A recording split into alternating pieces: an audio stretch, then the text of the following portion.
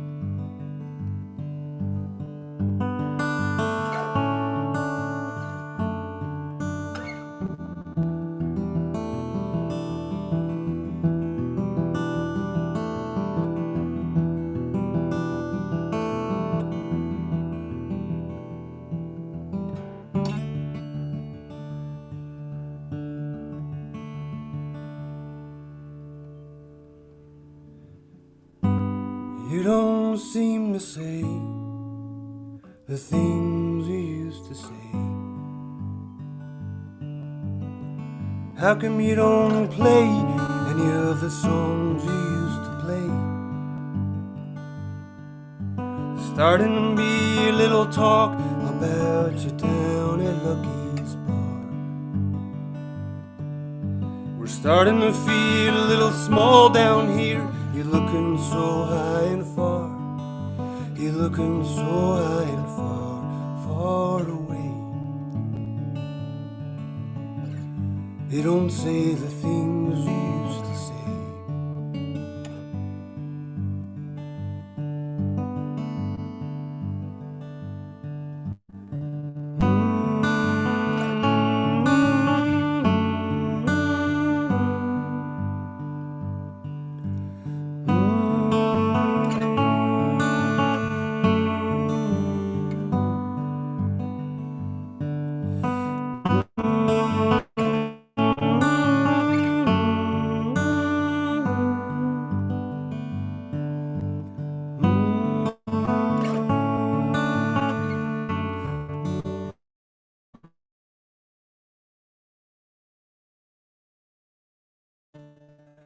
I've been walking around late at night, trying to figure what it's all about.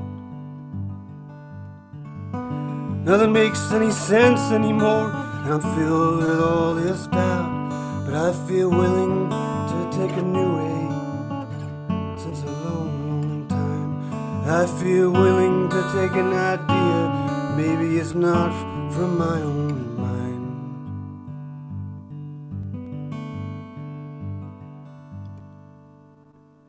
Is it really true? Can I count on you? Are you really up there or in here? Can you tell me what to do? How can I really know what self is? Can you please send me some help? How can I know what the truth is? How can I know myself?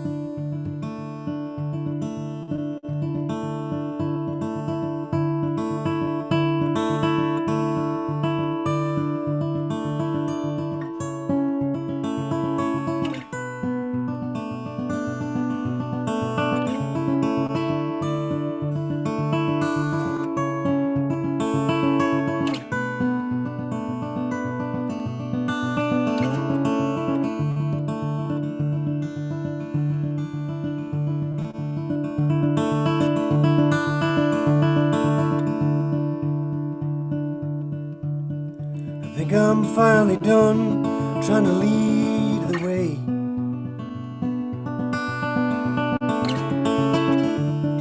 I think I'm finally done trying to know just what to say.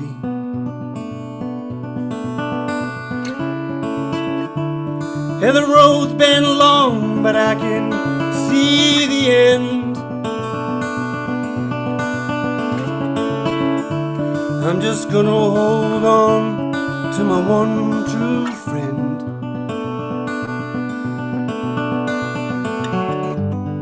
So maybe all this pain isn't what it seems. Maybe all this madness is just a dream. And maybe I am only light.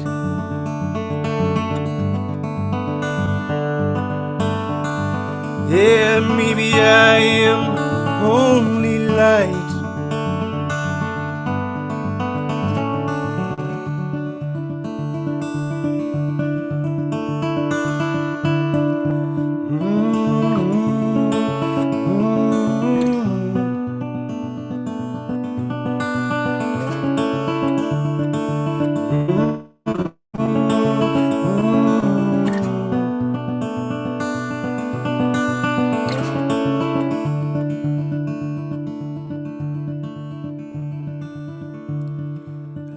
I'm finally done trying to lead the way.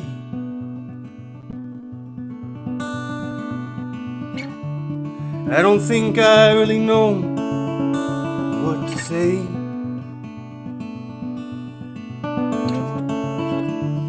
Yeah, the road has been long, but I can see the end. I'm just gonna hold on tight to my one true friend.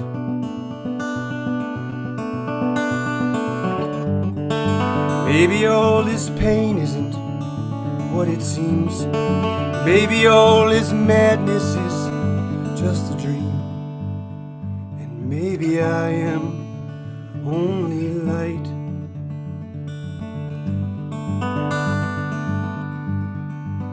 Yeah, maybe I am only light. Only light.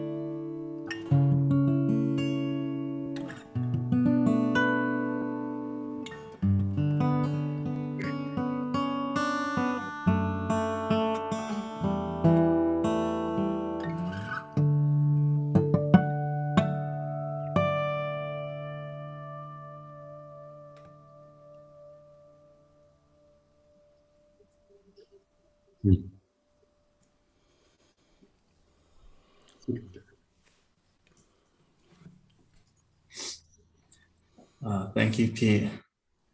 And welcome, David and Kenneth. And they're going to be talking about the theme above the battleground today. So I'll pass it over to you guys. Welcome, everyone. Lovely to see you. Welcome, David. Welcome. Okay. Good to see you. Wow, thank you so much, Pete. That was wonderful. Absolutely beautiful. Such a wonderful way to start this. I just feel so much peace from listening to you play. It's just absolutely beautiful. So yeah, thank you so much for that. What a gift that is for us all. And thank you, Andy, for all your support. It's a wonderful collaboration. We were just sharing, we had our little call today of getting ready for today's episode, and it's like, wow, it feels like we've been doing this forever, you know. Just that connection in the heart is everything. And it's like in that moment, it's like the show's, you know, the show's over, you know, the show's already done. It's in the can, so to speak. It's like there's no more to be done. Like there's nothing truly to really be done or to worry about. It's just as you shared, David, it's just really about turning up, you know, and we can have as much fun doing the test call as the seeming live event, you know. It's all the same. And you know, that's what actually some friends here have been sort of sharing, that, you know, that often we sort of like separate things up into, this is my daily normal routine and this is very boring, and I do work and I look after children and I do all these other things, but then at the end of the day I have my spiritual time, And yeah, I recognise this for myself. I didn't realise that you could incorporate it. The whole thing is possible. The whole thing is what you are really, and what you want to bring to the table, the gift that you want to bring, and then life becomes the absolute miracle. Life is a miracle. That's all. That's all it is. In truth, that's for sure. And it's show me, show me, show me the miracle. That's it's very, very simple. And someone messaged me the other day, and they said, I listen to you, and I absolutely love it, but you make it sound so simple, and I just want to make sure that it's not the ego that's making you sound like it's so simple, or is it really so simple? And I'm like, yeah, it's absolutely so simple. That's the whole point of it. It's an absolute joke that we've got this thick book. Jesus just laughed like, oh my God, I can't even believe I've got to put all these words down. It's so funny that seemingly I've got to put it in all these different ways just to realize, oh my God, it was actually so simple. That's like the end of it. He's like, yeah, it's all a joke, really. And that's why we don't get it. And that's why I didn't get it. That's why I feel like something's happened with this joy and really putting miracles up front. I just I can't stop talking about it. Because it's like, if you put that up front, then everything is going to be configured to that. And that just seems too simple to the egoic mind, who wants to stay in its rut, and wants to be special with its special problems. That, no, but I've been injured all of my life. I have a story.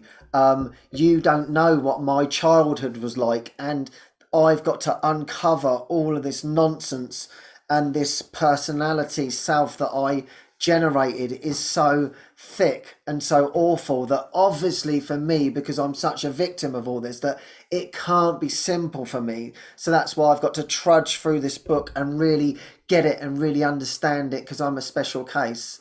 And yet, it's so simple. It's just like, well, you've obviously forgotten joy. And that's really, really and truthfully the bottom line of it, is knowing that you're worthy of that.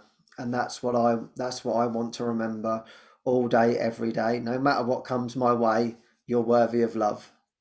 Oh, this situation has gone another way that I didn't expect. Sensations of anger, annoyance are coming up. Don't forget, it's all for your joy. It doesn't matter. It doesn't matter what you're doing. Um, and I love these teachings of above the battleground. I've always loved this section. I'm like, wow, this sounds interesting, and it's just an amazing section.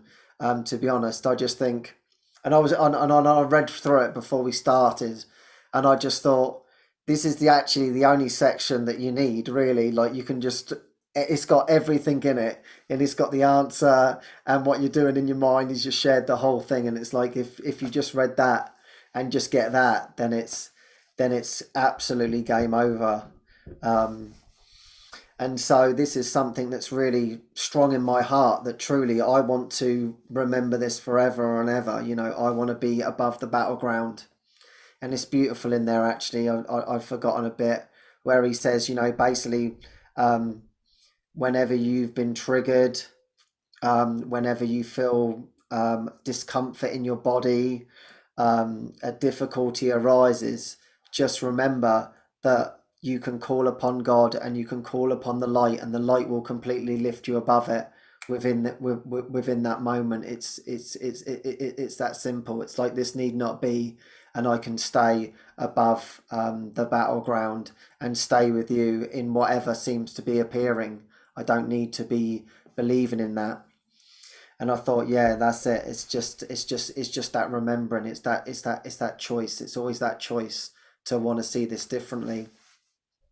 And it's interesting, actually, because this week I watched a documentary. I don't know whether you watched it, David, about the Rinpoche. He was a Tibetan monk. He'd been born. He was a seemingly reincarnation. So he was found, and then, yep, you're the next reincarnation. So his whole life, everything's been completely and utterly looked after. He didn't have to worry about anything.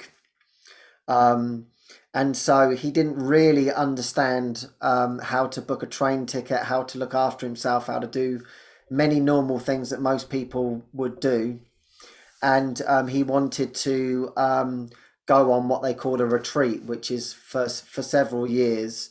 And mainly it's like you'll be locked in a room, not locked in, but you stay in a room. People will come to give you food and you'll meditate the whole time. But he felt like, no, I need to go on this walkabout. I need to wander. And the program, the documentary is called Wandering but Not Lost. And so really he needs to experience what he hasn't experienced before. And so even for him to step out of the gates of the temple was like, wow, I've never been out here without my attendant, without my friends, without my family, without my students. And so he could notice, oh, there's slight fear arising, and just being able to notice that. And even for himself noticing when he wasn't aware, and he had to book train tickets and he had to do many of these things. But basically the whole thing came back to is like, no, I've just got to be in my practice. I've just got to be in my mind. It doesn't matter what's happening. And so because for him, it was like all these new scenarios, which he'd never experienced before. It's like, oh, what's my mind going to do now? What's going to happen to me? And I think that's the wonderful thing about this journey, is it's just about being curious, just being aware, just noticing, rather than feeling like it's actually personal, or I'm responsible for this situation, or I'm responsible for this body. It's literally just noticing what's happening. And so there were many sort of surrender points, and one of them was a death experience for him, where he completely surrendered to, okay, I'm so ill now that possibly I might die here. And so he went into that and went into a pure bliss state, and came back and brought that with him. And it was like the whole world changed into complete love, where once we saw fear, we now see love. And so in actual fact, that was a sort of interesting point that sort of Francis and David talked about today on Francis's Out of the Blue new podcast, that like truly we don't know what anything is for. We don't know our own best interests, and even what seems logical is not always what the plan is. And so for him, this Rinpoche being on the street and almost dying, and he felt like he could phone his friends and say, hey, listen, help me, I'm in a terrible state. He decided, no, this is what's just happening in this moment. I'm going to move in this direction. And that's what then brought him into a deeper state of awareness. And so, yeah, we can never truly judge the circumstance that happens. And I think that's what we're always trying to do. We're trying to avoid the difficult things. It's almost that's the sort of ego's game, which is completely impossible in this world. Avoid the things you don't like. Try and do more things that you do like, and maybe, just maybe, you'll be happy. And it's like rolling this dice, because all of a sudden, the car breaks down or something breaks down, and then you're back into this, why the hell's this happening to me? But with this above the battleground, it's like, oh, this is wonderful. My car's broken down now. Wonder what holy encounter is going to happen now, and oh, what's going to happen in this scenario? Why am I here? As Jesus says, nothing happens by it's happening for a reason. There's nothing out of alignment that is here to awaken your mind. It's only whether your choice is to whether to see it or not. And so for me, what I've been experiencing myself is I'd experienced this shutting down inside of me, this tininess, this part of me that was frightened to share, feeling insecure, feeling shameful. And it was like, for instance, it would be being in a group, I'd feel like I was just sort of shutting down, and like my whole body, I just couldn't speak. And so I've seen this time and time again in myself.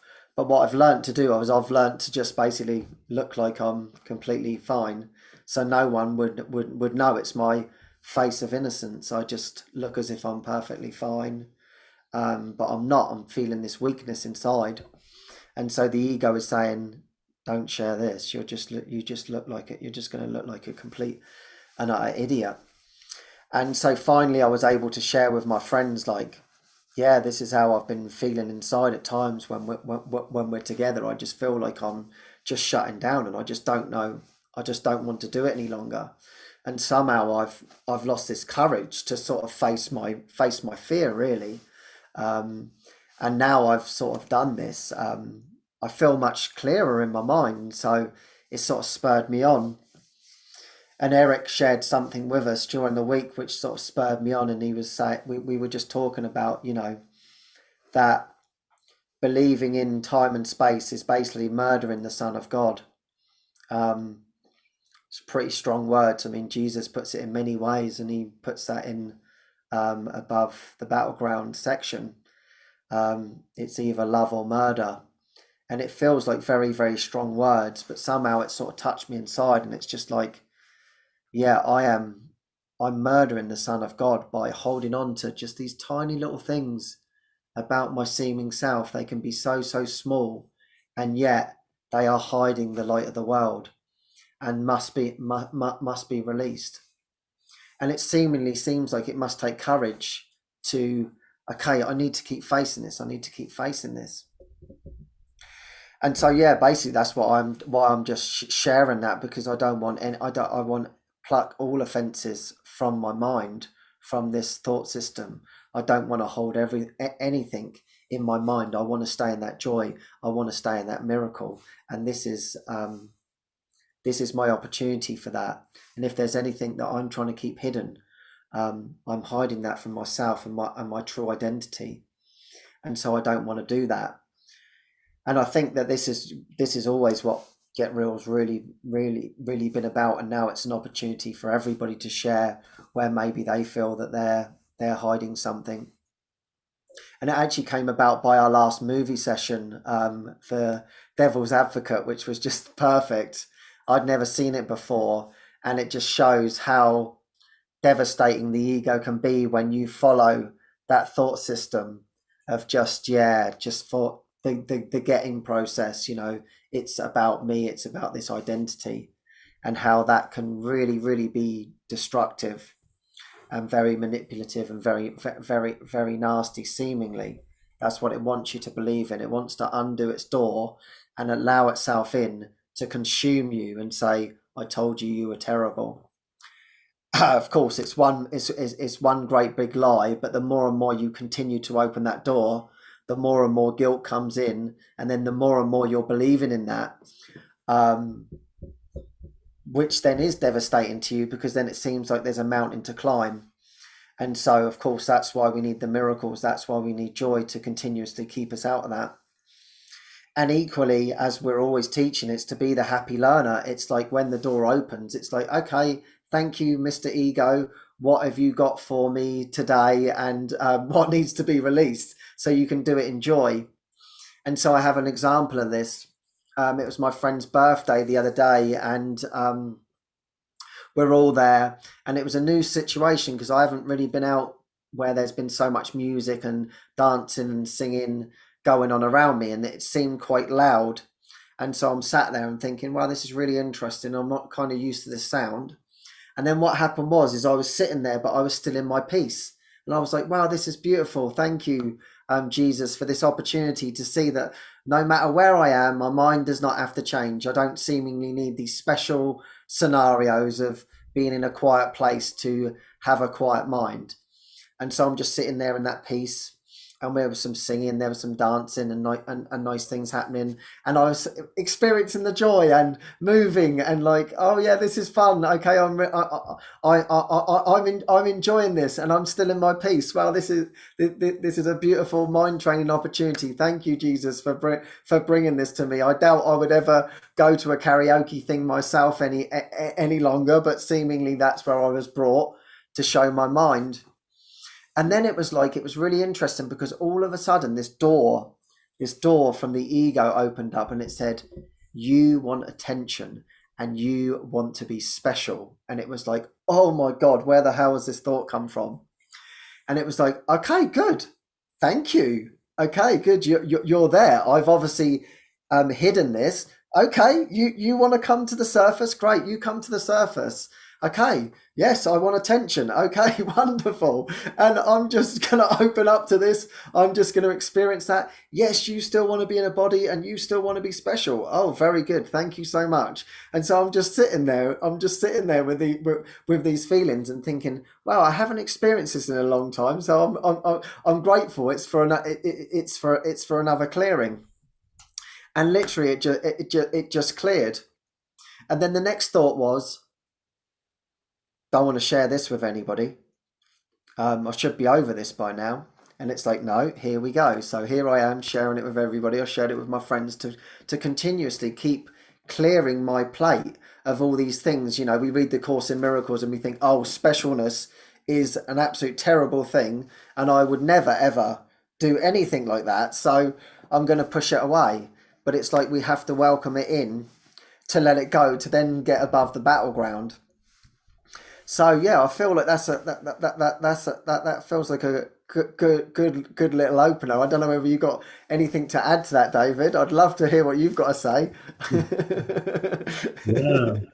Well, I think you started off with the idea of simplicity, and you were saying the Course is such a big book. I was doing a video live on Instagram, and somebody asked me the question like, oh, I have trouble, like normally I read 5, 10, 15 minutes and I forget what I read and I'll never make it through this book. And I just basically she was down, I think, in Brazil, and I just said, well, you know, I did it for you. I spent the hundreds and thousands of hours reading the book, but that is not like, it's not like a regular course, like a university course where you have to learn it and like somehow memorize. It's a massive book, 31 chapters and 365 lessons. And then you kind of get through all that, you get a manual for teachers. But I remember a couple years ago, before the pandemic, I was down in a jungle in Brazil with a group of people, maybe 20, 22 people, and only 3 of them had ever heard of the Course. 1 read it and 2 had heard of it. It didn't matter. I just said, oh, just hang out with me and ask any questions that you want, and we'll live together for several days, and your heart will open and you'll see the world in a completely new way. We weren't talking about years of study and practice and everything. It was just like, just join your mind with me right now. Let's hang out for a few days. And most of these people were young people, and they knew nothing of the Course whatsoever, not a bit about the Course, but they asked me all their deepest questions. As soon as they felt safe, it was like an ongoing dialogue for like 3 days. We watched a movie, Evan Almighty. And I think that's maybe the first thing you can start to lift from your mind, is that you don't have to go the path of others that came before you, because time has been saved for you. You're basically, I mean, I was studying the Course for 35 years, and you're basically like, you can jump on my shoulders and I'll hold you up on my shoulders from what I did, because the whole point's about coming to an experience. And then when you have that experience, you share that experience and you draw others into that experience, because it's all your mind. So I think that's the first generation of the Course students, I'll say, and Course teachers. It's leaning way over to the intellectual. And of course, now there's Course groups all over the world that sit around and just go around and read a paragraph at a time. And that's, the Course is so much more than that. It's almost like you're at a swimming pool and you're putting your baby toe in the water if you are just reading the book, and trying to come at it like somehow through osmosis or study, that you will experience the joy and the bliss.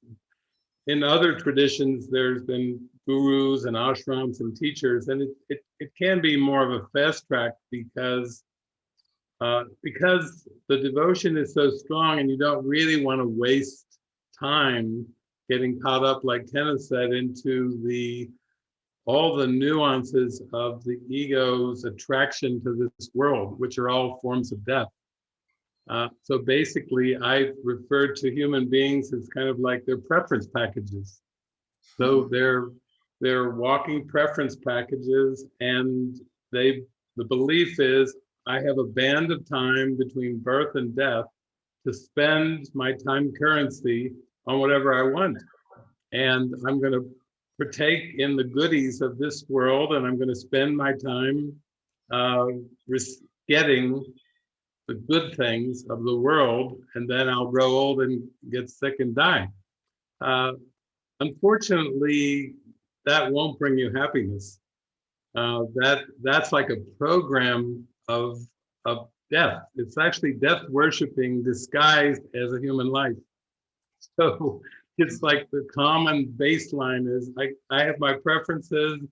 I'm going to go after those preferences. I'm going to get while the getting's good and while I'm still young and healthy enough or whatever to get it. And then, then you grow old and get sick and die. But that whole program is like, if we talk in matrix terminology, that's a program. And that's a program of unreality being acted out as if it's something real. So when we get to a section like above the battleground, it's not so much how much study you're going to put in or how many rituals you're going to do or how you're going to perform in terms of your body. It's more that the identification with the body and with the projection of needs onto that body and onto that environment sets up a distraction away from God called a human lifetime. And basically that is a defense against the truth. It has nothing to do with reality. The good news is you can have some fun joining with the Holy Spirit and collaborating and letting the Spirit do it through you. Whatever you're going to do during the day, why do it on your own when you can be in the involuntary nature of the miracle and have it come through you as easily as breathing, as easy as a soft, cool breeze on a hot summer day. That's where the fun comes in. And that's what Francis and I were talking about on the podcast this morning. Let's have some fun. Have some fun collaborating. We aren't meant to live individual lives. Have some fun collaborating. We aren't meant to work so hard at maintaining a private, independent, separate existence apart from our other 7 billion brothers and sisters. Have some fun. Join the chorus. Sing along with the hymn of heaven. Dance. Be in joy. Make a joyful noise unto the Lord. Be happy. That's what I've been doing with my life, and that's why I feel vibrant and happy. Is before the course, I was just kind of marching along on my preference package and wondering what the hell is this? Where is this leading? But that was BC. After the course, it's like progressively you start to learn how to really be happy for no earthly reason. You get intoxicated in guidance, in how can I be helpful today? How can I bring happiness and laughter to the world? How can I join with my brothers and sisters? I always like that question. How can I join with my brothers and sisters? Every day, I just hold that prayer and the Spirit sends me all kinds of great collaborations where we all have some fun. We really have some fun at this. So Jesus is saying, the way to be above the battleground is be not content with future happiness. Don't be constantly preparing for future happiness, because if you keep putting it off into the future, you'll never get there. because that's the future is part of the designed defense against this instant, against this moment. And I I like hanging out with people. I like, Francis and I were doing that podcast today, but it's just like we either known each other forever or we just met for the first time. So there's tears of happiness, there's glee, there's joy, there's spontaneity, there's all those things that are so important, that are part of our spirit, that have to come through. So I think it's a great topic. I think we can say that the ego is the so-called murderer, and the Christ is the joy and the laughter that murder is impossible, that there is no death. The Son of God is free. And we don't have to lament the ego. We really don't have to grieve it even. We just have to start to practice with every little moment of realizing, like you were saying, Ken, that everything that's happening to us is an opportunity to let go of trying to be personally in charge, and let the Great Spirit really take us to the light, and see that the Spirit's our friend. We don't have to, we're not in competition with the Spirit. We're here to listen and to follow and to get swept away in the Spirit and carried by the Spirit, not to try to judge ourselves and constantly condemn ourselves. We're far more than condemnation. Mm-hmm. Yeah, thank you. I was just thinking that there's a part in the Course where Jesus calls the Spirit the universal inspiration, and I love that. He doesn't say that too much, and it's like, I was just thinking as you were sharing, it's like that flow of life. Like there's the flow, there's the universal inspiration, and it's almost like every morning you wake up and it's like, what's the universal inspiration? And it's actually interesting because I know on Francis's show you talked about the mutant down under, and that was one of the prayers of the tribe. Actually, was in the morning. Every morning they would get up and they would pray and they would say, whatever is good for the whole, whatever serves oneness, we and the divine orchestration. That's exactly what we will follow. That's the same prayer every morning. That's all there is. If there is something to be given, if there is something to be eaten, it will be orchestrated. We do not need to worry. We do not need to plan, and all is well in the kingdom. Really, we're just gonna follow that universal inspiration, and everything comes from that. But I think, like what you were sharing, David, it's like if we feel responsible for maintaining a body sense of self, or you believe in the body, then that's gets so heavy of maintaining it, and it seems so real that I've got to get better. I've got to be a better body than this body that I have in whatever way, my learning or my physique or whatever. And it's like, the universal inspiration is like, let me take care of everything. You really, really do not know what your own best interests are. And there's a flow of life. And it's interesting, actually, because I was just speaking to my mum and dad yesterday, and we were just talking. I said, it's kind of interesting, the statement, you need to work hard. You need to work hard in life. And I think most people had heard that the work is hard. And I said, well, they sort of asked me what you do. And so I explained it, and I said, well, really what I do is, and I said, well, before, what I was doing is I was rowing against the tide, and it's really, really hard work on my arms, and I'm just rowing against the tide all the time. But what I realised is in actual fact is what life is to actually go with the tide and row with the tide, and it's so much more easier. And so really that's the kind of bottom line of the whole thing, really, is like, it's much more simpler. Like you've got a sort of idea, okay, I want my life to go to go in this way. And it's like, well, yeah, as you shared, David, when you put God first, whims and everything will come into that. And it's like, we don't know what is round the corner, but the natural flow is. And so it's like, oh, wow, this has turned up now. Oh, wow, this has happened. Oh, well, that's happened. I could not have planned it like this. It's just so amazing. And instead, when you're planning, you're rowing, no, it's not going my way. Oh, God, I've got to get over these humps. Oh, it's getting so difficult. It's so draining. So that's kind of how I see it, how my life's come to really. It's like rowing. It's very simple. Yeah, it's true.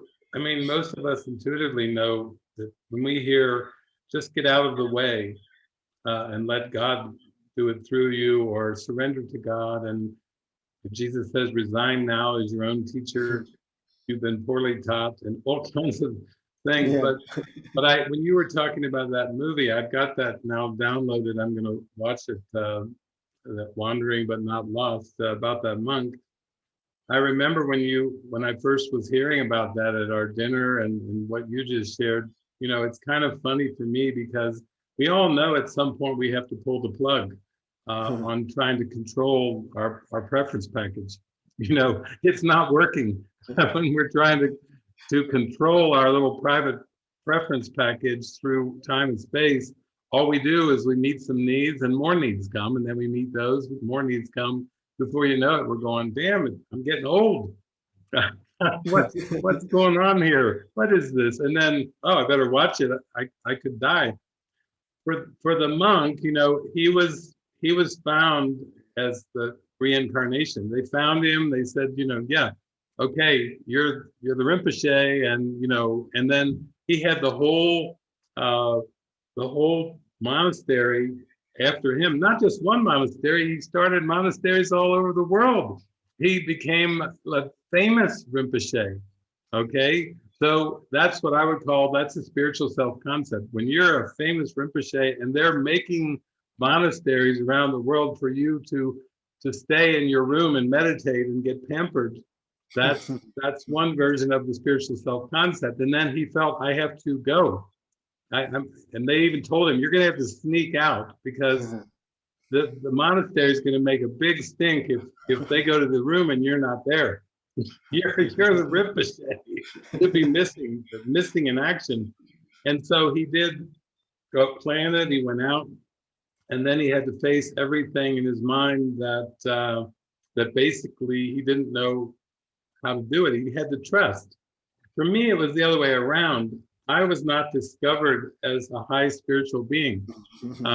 I, like you, Kenneth, I had a mom and dad, and my mom was a bit concerned about how my life was going to turn out, and whether I'd ever get a job and a career and a family and grandchildren and all these things.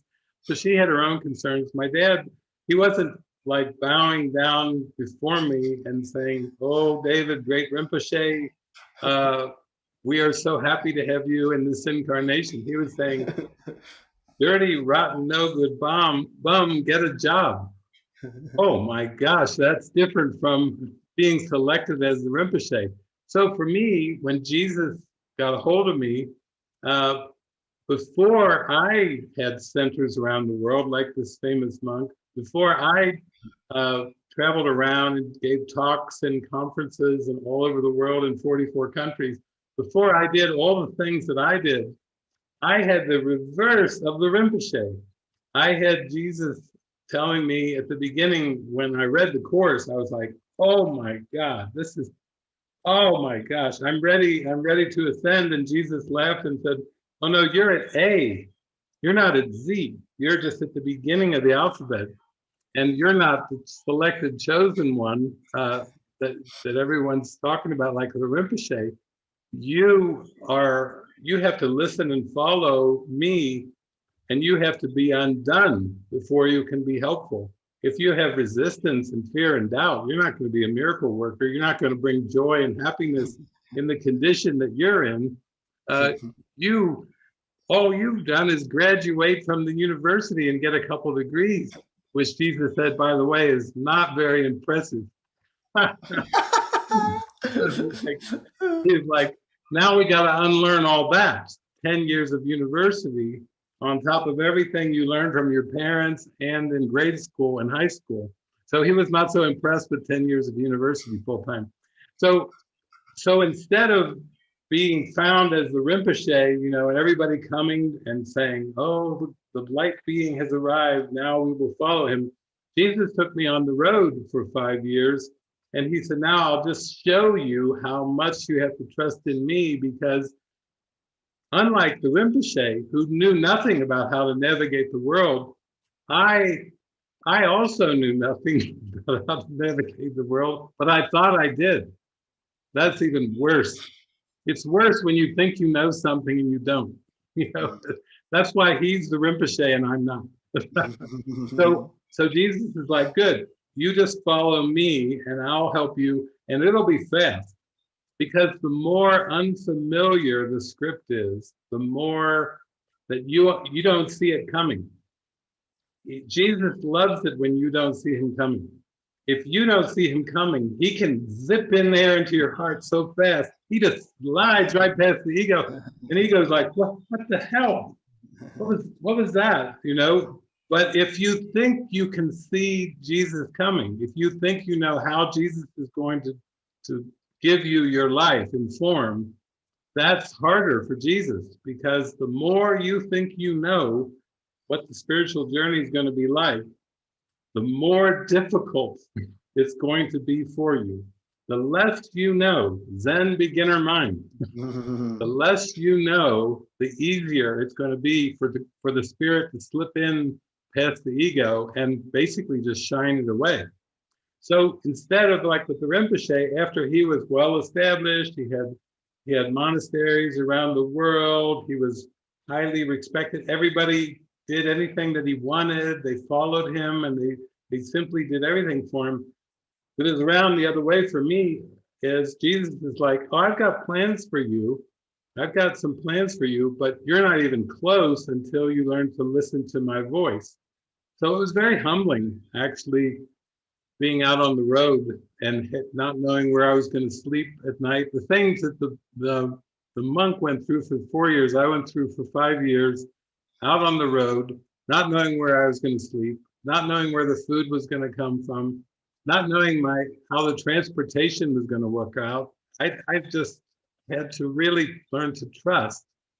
But as soon as I went through that, and as soon as I made strong contact with Jesus, then years later came a peace house. Then came more travels around the United States and Canada. Then came world travels. And then came centers, like we now have centers, you know, in Spain and in the United States and Mexico. But it all came the exact opposite of the monk. I wasn't to receive any of those symbols until I had first learned to let go of the meaning of the symbols.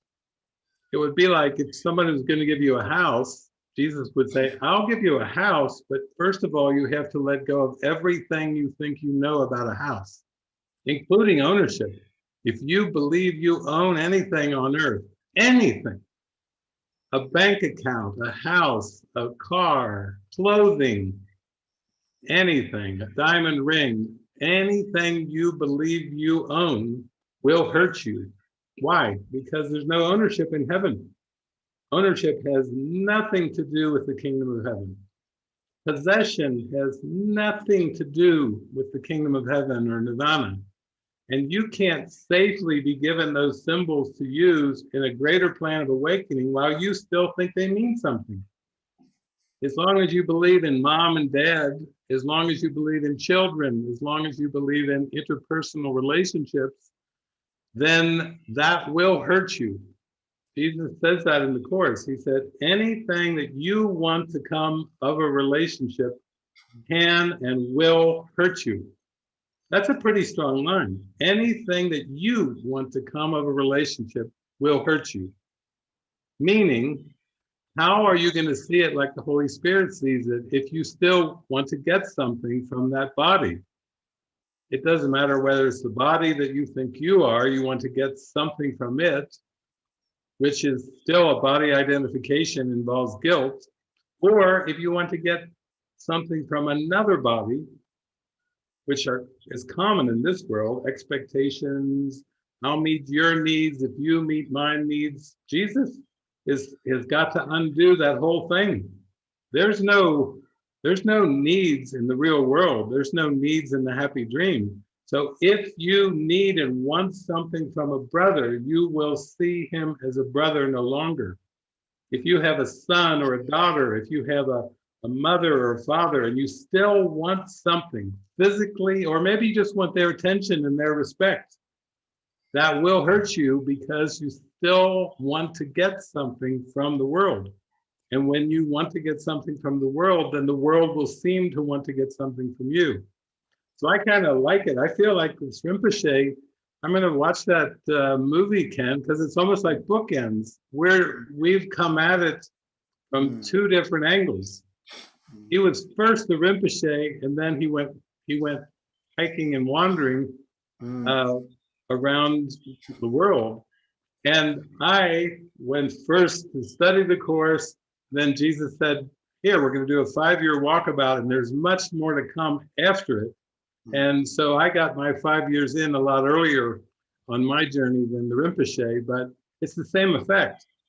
Jesus doesn't care how you unplug from this world and the beliefs of this world, but you will unplug because it's your destiny to unplug from this world. It's not our destiny to be a time-space creature. God didn't create time and space, so you know that's not God's will for you to try to make the best of time and space. You know, that's the ego that's trying to make the best of it. Yeah, I mean, I was just thinking, you know, with the Rinpoche, he felt like he was wearing so many hats, and that now he was just becoming ingrained into the roles, and how possibly could he kind of escape from all that? As you said, he was teaching internationally, and now and it was actually his father. His father said he shared with his father just before he died, well, listen, if you want to do this walkabout, you're not going to be able to tell anybody. You're going to need to just go and do it. And so that's exactly what he did. He had to be on his own and face these lessons, because he just knew that. Because how else would he have faced those lessons? Because everybody was so wanted to serve him that it would have been impossible. So that was part of his. And you know, the similar of you're ingrained in the university. Yeah, I know something about the world. I feel like I've learned all these skills now, and now I'm going to use them to better my life. And Jesus is like, yeah, I don't actually think so. We're going to take you out where you know nothing, and you don't even know where you're going to be sleeping at night, and you're like, oh my God. And it's like facing those fears and everything in your mind, like, yeah, it's okay, I'm with you, and everything's going to be laid out. And that's exactly what he found, actually. It's like that trust, isn't it? He was like, okay. And then what he noticed is pretty much every time, like all of a sudden the money run out, something would come, the food would run out, something would come. And it was always that perfectly orchestrated, and just showing that, yeah, truly everything is really, really looked after. But as he was saying, there's a difference between saying, yes, I can sit in my chair today, and if I went on a walkabout, I believe that I'd be taken care of, and yet God loves me, so okay, I'm just going to sit here and have my nice dinner. And he said, you know, I thought about it, and I thought I do believe in this, but no, I have to experience it. And of course, that's the bottom end of A Course in Miracles. You can't read the whole book and think that you've got it. You have to really experience it. So yeah, it's including this time here now. You know, we're not really talking about anything. We are just here to experience the miracle together, and that's actually all we're doing in this joyful state of remembering together through these sort of symbols that come our way, you know. And your symbol, David, has been a perfect witness. I mean, I love this one that you share, and someone said to you, said, and haven't you taken everyone's emails down? And I never thought about it. It never crossed my mind. And I thought, there you go, you know, the world the world in the beginning, okay, I'm going to go and do a walkabout, and I'm going to see how I survive in the world, and it's not orchestrated, and of course it goes all wrong, or I'm going to give these gatherings. You never even thought about that.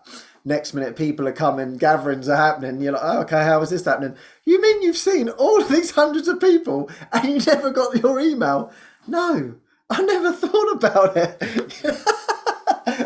And that's it, because that's the whole point of it. It wasn't about the getting in the world, because of course that's what we see. Oh, you must have been trying to get something. Why would you do that? And that was in the background. And then, okay, then the guidance comes in. Okay, there is another way of extending this, and so okay, we now collect emails. Now that's just what seems to be appearing, but that's not the sort of end goal. I want to get these followers and go and do this thing. So that one always touches me in my heart. I didn't realise I had to get emails. Put the purpose first. It is. It's like, if you think you know what your spiritual journey is, then that will be the block to the actual experience of this present moment and the spirit. So it's like Jesus taught 2,000 years ago, don't let one hand know what the other hand is doing. He was really asking us to trust. And he was saying, if you think you know how it's going to go, then you already think you know, then you're not going to listen to my guidance. You're just going to follow your past learning of what it looks like to be on a spiritual journey. And religions do that. Okay, I'm going to meditate or pray for so many hours, and then I'll go do some service or seva, and then I'll go do some yoga and some exercise. And I mean, absolutely anything that you have a preconceived idea about is the block to the actual present moment. So I think I call it, we've done gatherings on guidance and everything else. We did one called Undoing the Doer. Oh, yes. And even if you're a Rinpoche and you're in your monastery and you eat your meals and you sit and do your meditation, I think all those years of sitting and doing meditation gives you more of a pretty good taste of the silence and of the purpose of taking your mind into stillness. But yet, this Rinpoche still had all kinds of unconscious things that were not being reached through the meditation. So when he thought he was dying, when he thought he'd eat some food and now he was going to die, that was a belief that he could die. That's a belief. Jesus would say, yeah, that's a killer. If you believe you can die, and then you'll project it onto the food or food poisoning or whatever. But he faced it. And I think for me, probably I didn't sit for that many hours of meditation in a monastery, but I was so devoted with the course that just through my study and my using it as an I Ching, popping it open to give me answers to my prayers, I think I did the same equivalent of the monk sitting and meditating all those hours, because Jesus does say that in the I Need Do Nothing section, he says meditation, contemplation, fighting against sin. He calls meditation and contemplation, Jesus calls them tedious and time-consuming. Now that's the Christ mind speaking, because no one could get away with calling meditation and contemplation time-consuming except Jesus Christ, who's the way, the truth, and the life. And he says, your way will be different. A holy relationship is given you as a means of saving time. Now, this is the master. This isn't someone who's an aspirant. This is the Christ, the way, the truth, and the life speaking. So I feel like joining with Jesus and diving into the course and really getting an essence of what he was teaching in principle was the 1%. So then Jesus, after like 5 years, Jesus is like, okay, you're progressing on the 1% here. You're starting to get a little grasp of divine principle. That's not going to get you anywhere. Now, let me take you on the road on walkabout, drive about, He didn't tell me for 5 years. I don't think, I mean, that would have been too much if he said, we're going on the road for 5 years. Yeah, I've been too frightened, but he said, we're going on the road. And that's where I got to learn to connect with Jesus and listen and follow. And that is the pathway of A Course in Miracles. It's not a pathway of meditation. It's not a pathway of fighting against sin. And it's not a pathway of contemplation. It is a pathway of listen and follow.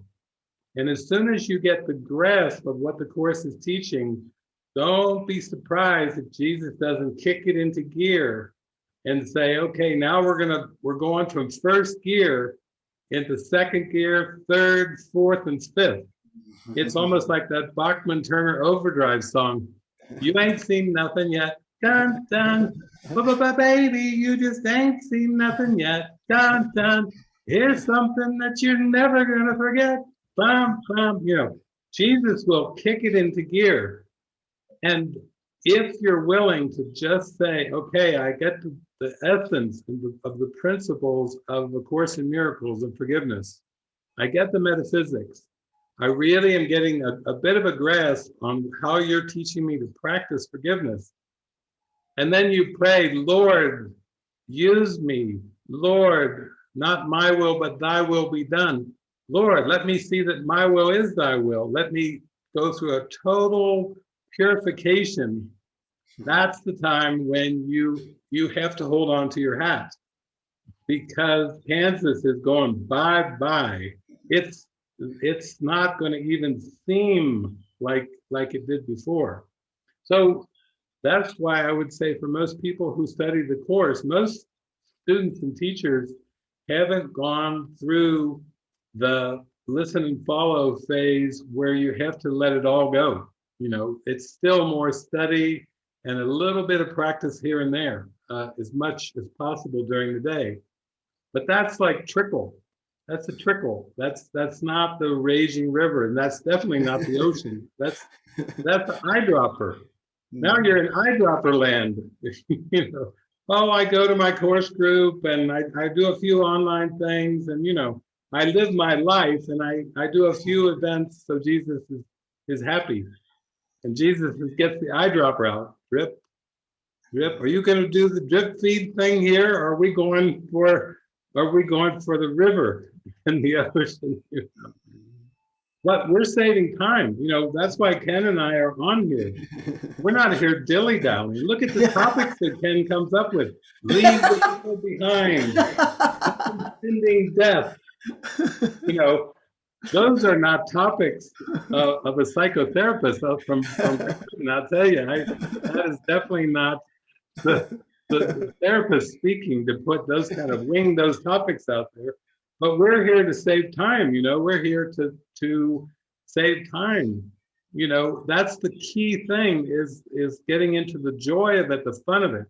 Because if you're a reluctant learner, it's gonna seem like a difficult course. And Jesus says the Holy Spirit needs happy learners. He comes right out and says that the Holy Spirit needs happy learners to learn the happy lessons of forgiveness.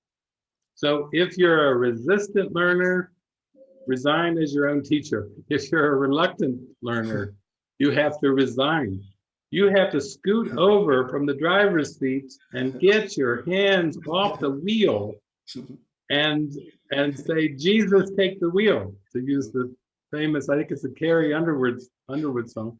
Jesus, take the wheel, da da da da da. You know, you've got to slip over into the passenger side if he's going to shift you into second, third, fourth, and fifth gear. You know, you can still cruise along on first gear, but I'm just saying that's means you're just saying on another lifetime I'll get this. You know, I'm just going in first gear, Jesus. Thank you very much. You know, and even with the story, sometimes people tell me, David, I'm a slow learner. I was a slow learner. That's what I thought I was. Don't tell me you're a slow learner. That's not an excuse. Yeah. I had to be willing to, you know, get out of the driver's seat. And I think that's why we're here. We're just here, like Kenneth's just putting his heart on his sleeve. He's just saying, here's what I went through this week. I went through this and this. And I thought, Oh, you just wanted to, okay, I want attention, and then this and this and this.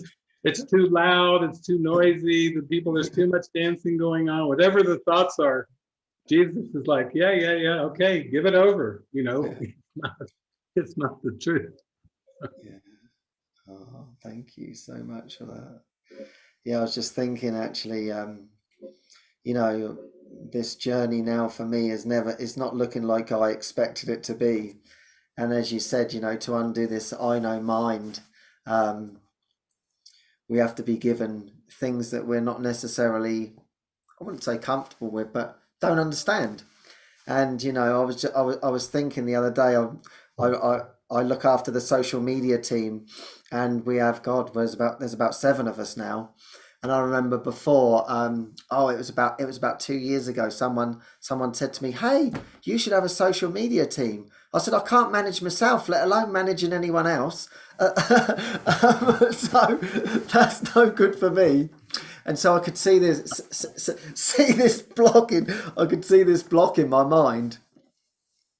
And it's like slowly, as you were saying, when you hand it over, all of a sudden it only came to me yesterday that all of a sudden this has happened, and there's this seeming team, and everybody has their own little element, and all of a sudden I'm in the meeting and I'm thinking, oh, I'm supposed to be leading this meeting, It's kind of funny looking at the role, like I am responsible. Oh, 1 second, I've got to plug my computer in. I forgot. There it goes. Yep. You don't want to lose it. God, no, we don't want that to happen. We don't want the mothership to go down.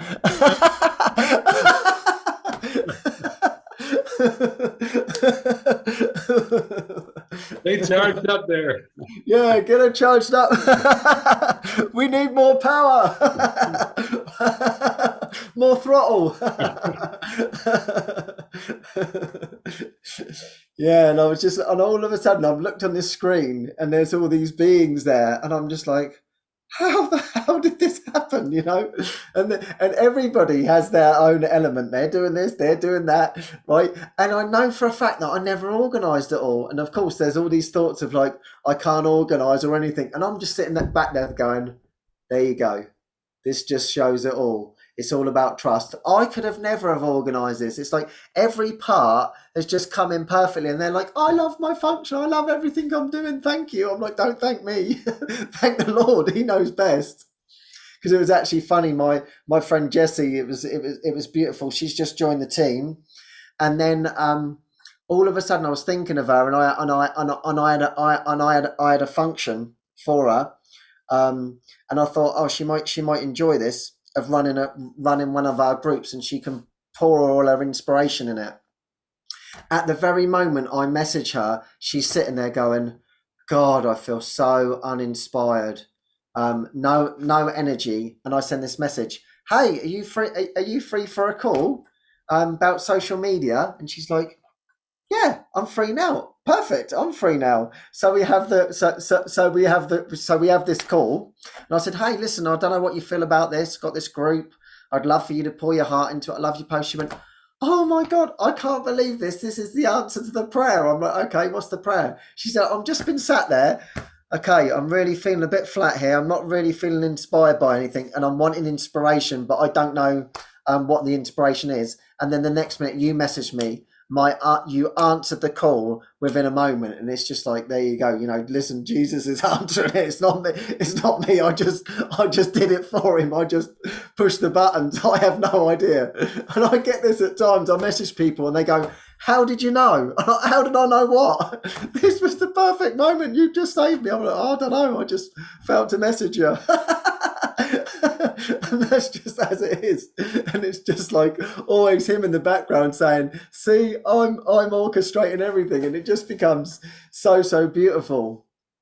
So I love that. It was like the other day, I get a lot of people friending me, but I very rarely friend request people, because I just don't know who they are. And we had this new volunteer, and I was like, oh, I recognize her name. I do recognise that. So I just went, think. I just pushed the button, and then Linda shares with me, oh my God, you friending her just like was like made her so happy, and she wants to join the social media team. I'm like, oh, I have no idea what I'm doing.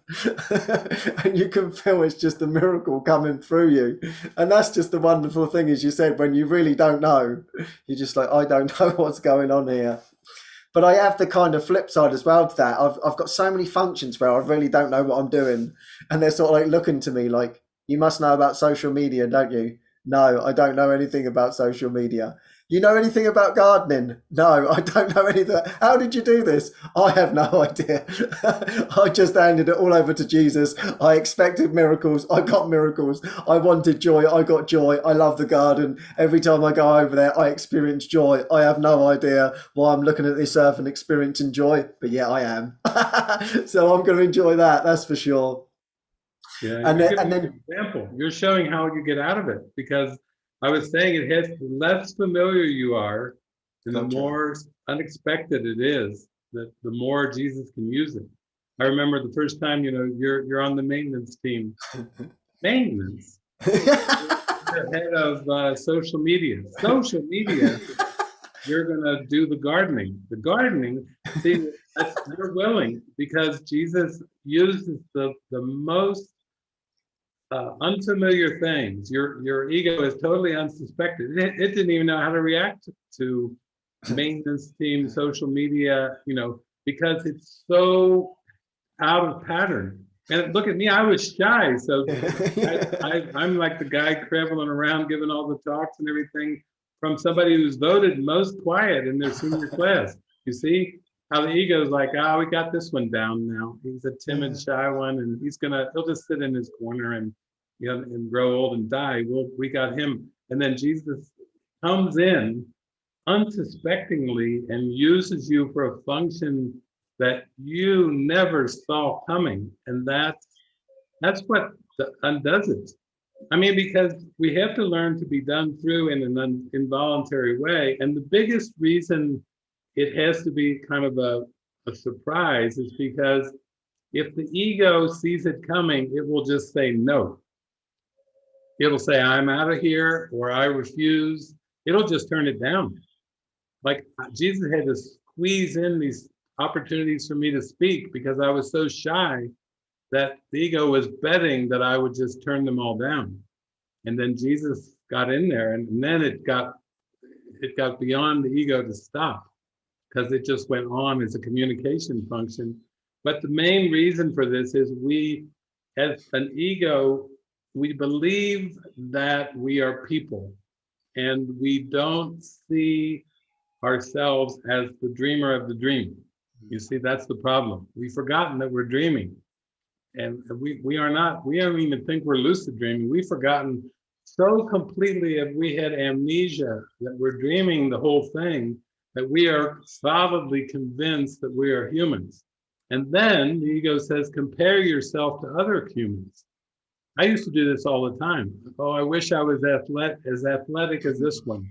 Oh, I wish I could sing. I wish I had a voice like that. Wow, wouldn't that be great to be able to sing like that? And then Jesus would say, that is you. And I'd say, no, that's Pavarotti. He'd say, no, that's actually you, because that's your mind, and you pushing it off onto Pavarotti, putting him up on a pedestal. I'd say, no, that's Celine Dion. That's definitely not me. No, that's Barbara Streisand. That's Frank Sinatra. And Jesus was like, that's you, that's you, that's you, that's you.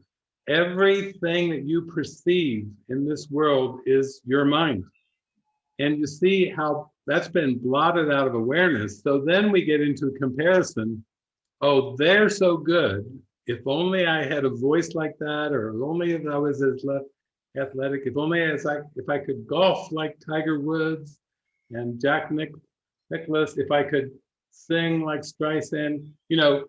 He's saying, you have a case of amnesia here, and you are simply raising people up as idols just to say that you're less than they are. And that's literally your voice. That's literally your voice. So then once you start to do that, then you start to be freed up. You don't ever blame politicians again, because you know it's your own thoughts, not your real thoughts, but I mean your ego thoughts. You don't blame the government, because that government is in your mind. You don't like a political party. Jesus is like, well, then stop believing in them. It's your mind. You're all upset about this political party. He said, well, I would give it up. There's no political parties in heaven. He said, you are generating a world based on your beliefs. And now you're getting upset at that world as if it's outside of you, outside of your mind. And he's saying, no, we need mind training to start to realize this is a world of ideas. And you're simply upsetting yourself with all your opinions. And you need to stop being so opinionated, because that's not what the Christ does. That's not what the Christ is. So this is good stuff, because, that's how you get above the battleground, is you start to realize it's not outside of you. That's the first step. There's no way you can forgive it if it's external to your mind. You're just you're a victim of the world if the world's external. People go, but you don't know, David, you have not met my mother-in-law. Listen, your mother-in-law is inside of your mind, so is your father-in-law, so is your father, mother, sister, brother, so are the 7 billion. Their ideas leave not their source. They haven't gone anywhere. But as soon as you put them out there, then you've got somebody to hate. Then you've got somebody to blame. Then you're a victim of, the mother-in-law, she called me on the phone. Do you know what she called me? I'm like, you called yourself that. Don't keep putting it on the mother-in-law. Exactly. Oh, thank you so much for that. Yeah, it's so easy to do that. Since doing these episodes with you, like sometimes afterwards my ego will go, David answers are so much better, and you just don't know how to really answer these things, and you're just following along, and you're just not good enough. You're just not good enough at this, like this. And it's like, and I listen to the voice, okay, but I'm really enjoying it. So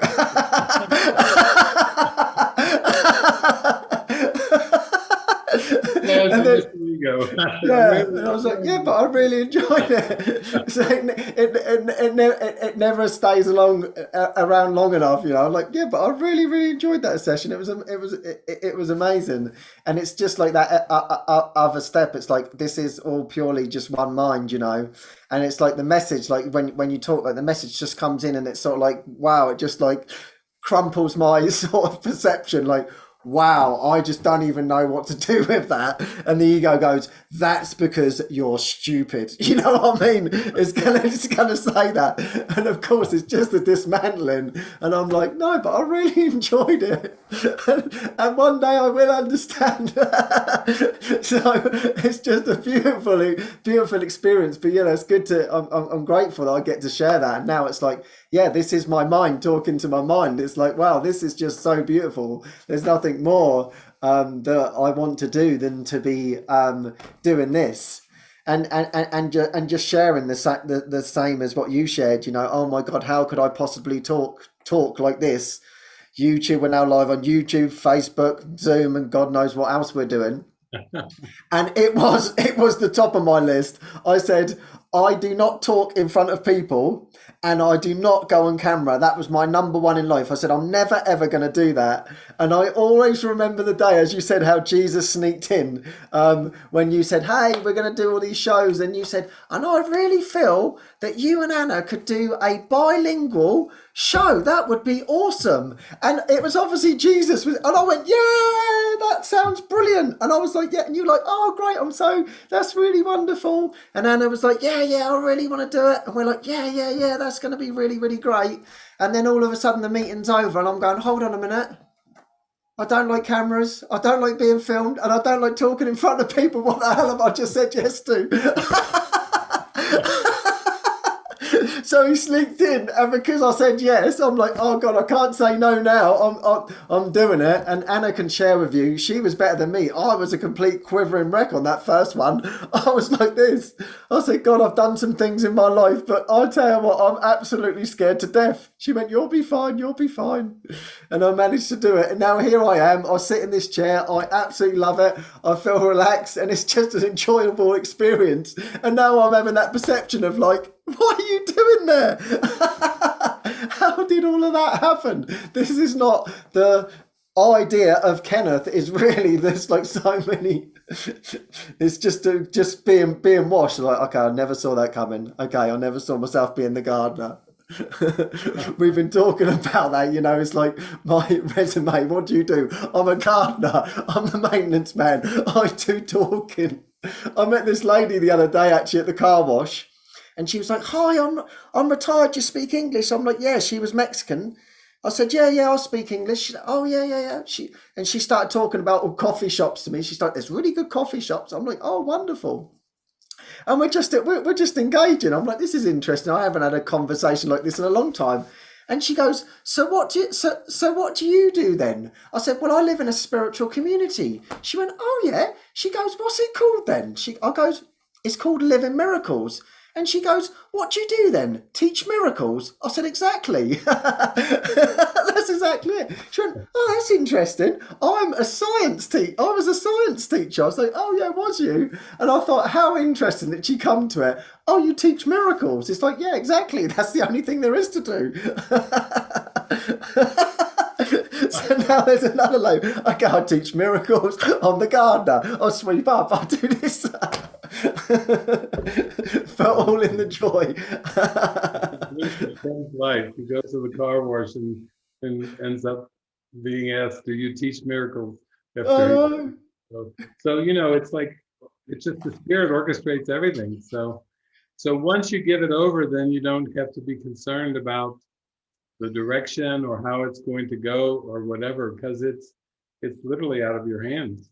And once, there's nothing more joyful than to give it over and say, unwind me, have some fun. Let's have some fun. To be doing this dismantling and unwinding.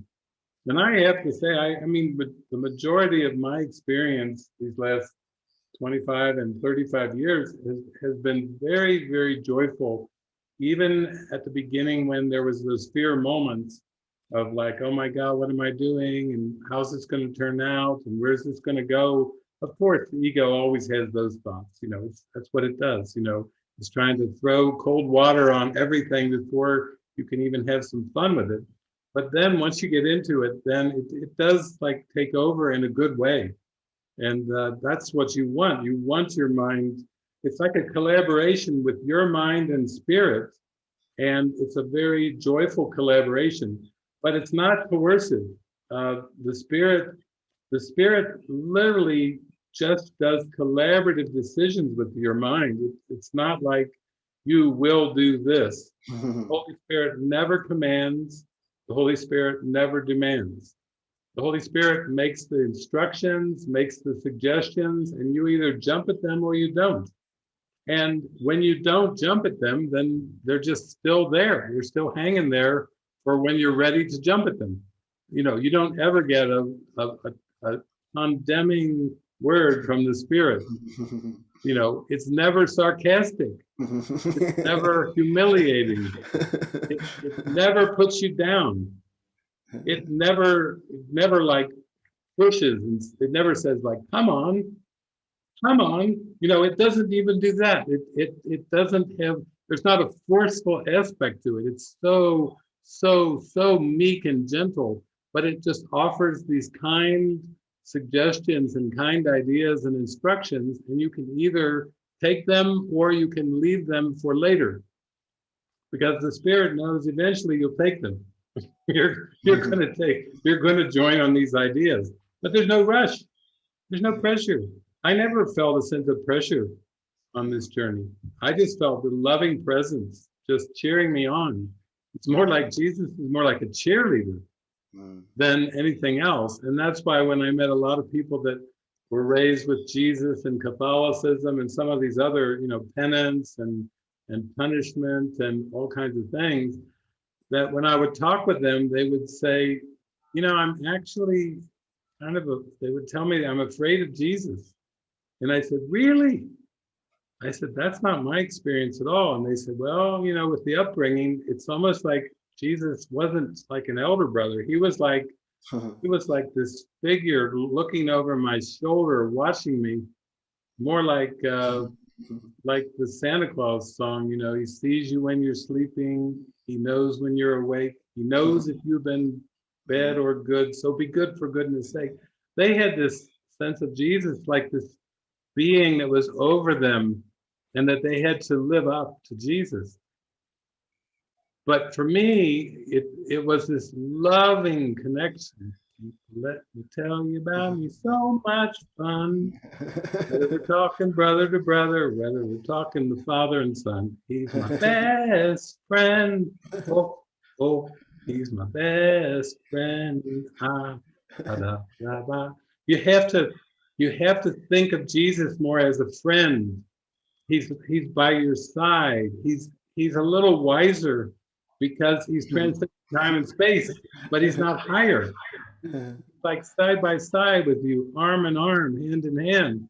But he's so wise, and he's so funny and comical, and he's always playful. He just is playing all the time. And then pretty soon you see things like he sees it, and you start to laugh too. Like you're in on the joke. You start to say, oh my gosh, it is hilarious. But you do have to rinse away these ideas of somebody above you in some kind of superior position, or this idea that somehow he has some kind of authority, when Jesus would be the first to kneel down with you, beside you, and pray and give all the glory to God. He always loves God, the Creator, and he knows that all the glory and all the awe belongs appropriately to the Creator.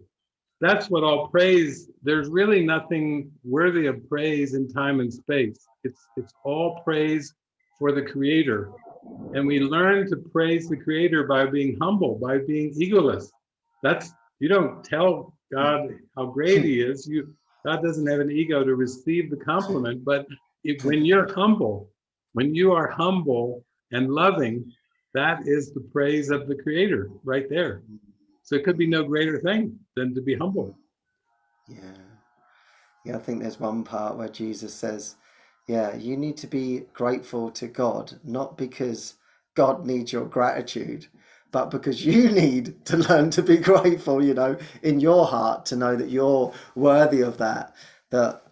Jesus is truly with us all of the time and just wants to love us. And I had those ideas about Jesus. Oh my God, this doesn't feel good or whatever. But for me, just to use that symbol for my mind is wonderful, as you said, to have that one that's always there for me to settle me down. It's okay, God is the strength in which I trust. He's just there remembering that, and he's saying, hey, come to God with me, come to God with me. He's pointing the way. He's just pointing that light, and that's what we do here every week. So we're joining in. That's what we're doing. So maybe we could open up for questions, David. Yeah. I would love it. Okay, Andy, can we open it up for questions? Thank you, guys. I just put instructions in the chat below on how to raise your hand. And we could just open it up. And it looks like Esther has her hand up. You can unmute Esther. Thank you so much, you guys. This is so beautiful. In a way, you've answered my question, but I just wanted to, I guess, pose it a little bit. So I'm trying to be helpful with the relationship with Alan, with the trading. And I got the guidance to tell him to continue to trade today, even though there was a lot of losses, a lot. But, and the question for him was, you know, is it that he should just quit? Maybe it's like that singer or something story that you had in your book, David, that she was meant to do something else. But I don't feel that way about it. I think that things happen. The losses happen usually because he's doing more. He's idol worshiping, doing more contracts, or he has a cavalier attitude that he knows what he's doing, and so he can do more contracts, and then the losses, you know, magnify. And unwind me is the prayer. I feel like I want to work together and hear one voice with him, but when I bring up these lofty ideas when after a loss, he's saying it's level confusion what I'm talking about, and it's not helpful for him to hear those things after the losses. He feels my kindness and everything, but and then the are we reluctant learners? I mean, what is going on? There are patterns. We're noticing the patterns more. Not knowing what time frame is it, the 2 minutes, the 5 minutes that did them together, and there's a desire to trade every squiggle, and even the patterns that he had been using to make money today lost money every single time. And so I was upset. I was implying that there's a you, and that's not communication. I see that, and I saw that. And I just want to be truly helpful, and I really do want to work with him to hear one voice about everything, not just everything. And I want to be able to be the most helpful, and I'm not feeling, even I feel so certain when I tell him to continue trading today. It was so clear that it was guided for me to tell him that. And then he's telling me that he felt regret. I can't control that, but I still felt guided to tell him, and he did see something out of it. Anyway, I'm just so grateful all the things that you shared today. I'm going to help with those ideas, but if you have anything coming, how I can be the most helpful when it comes to the days when there are these losses, purpose, I told him. Anyway, I'll stop talking now. Oh, Esther, well, you know, the first thing that comes to mind when we know that the Holy Spirit only sees the world as a learning device for bringing you home. And so what the trading seems to be is it seems part of the backdrop in which you forgive, in which you are undone from the ego and you are unwound from the ego. That's the most accurate perception you can have of the action of trading. Is it's an opportunity to be undone and unwound from the ego. It certainly presents quite a few opportunities to trust that are in there. It certainly, obviously, presents an opportunity to undo the belief in loss. On a daily basis, you are given opportunities to undo the belief in loss. But the whole theme that Kenneth and I are talking about is have some fun. So how can you really have some fun with this? This is what I want to go into. And what I feel is that we have a movie in our Movie Watcher's Guide to Enlightenment with Richard Dreyfuss and Terry Garr called Let It Ride. Now that's a trading movie. That movie is full of bets and trading. And I watch that movie. I can watch it every year. I still cry tears of happiness when I watch that movie. I watch Richard Dreyfuss, it's horse racing, so it's betting on the horses. It's trading. It's a trading movie. And yet he goes to this bar and he goes back into the toilet and he's kneels down in by the commode in the stall and he prays. He really prays to God for help. And what happens after that is totally miraculous. So I think that you and Alan, I would say you should watch Let It Ride with Richard Dreyfuss and Terry Garr.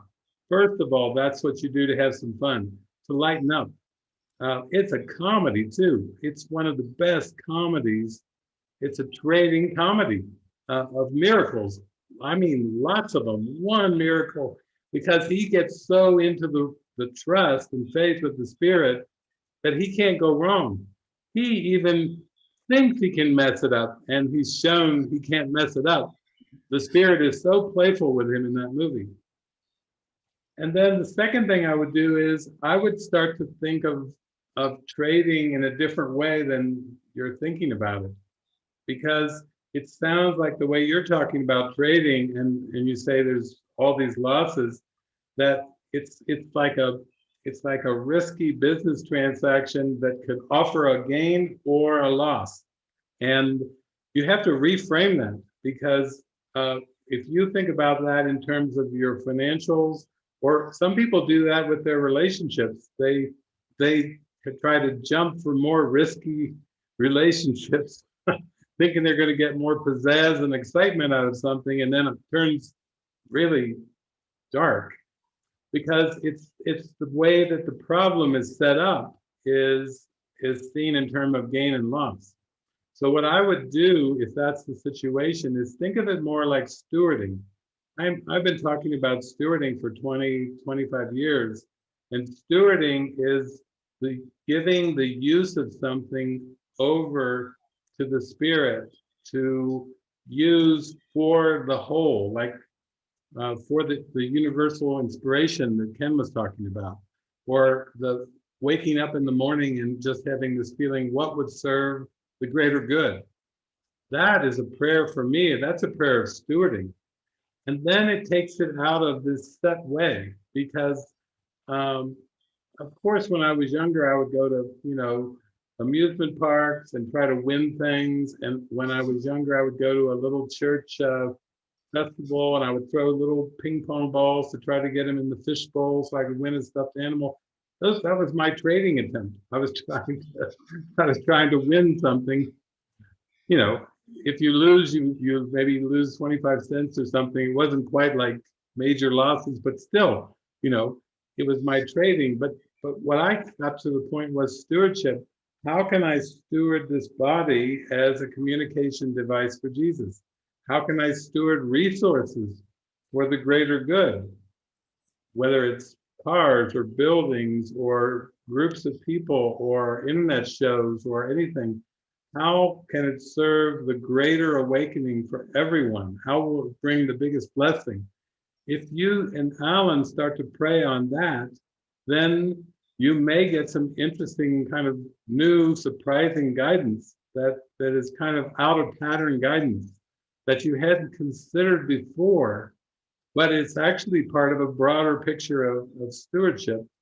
And like we were sharing with Ken is a good demonstration that the less you know about something, the more helpful it can be used in the greater plan of stewardship. The more that we already think we know.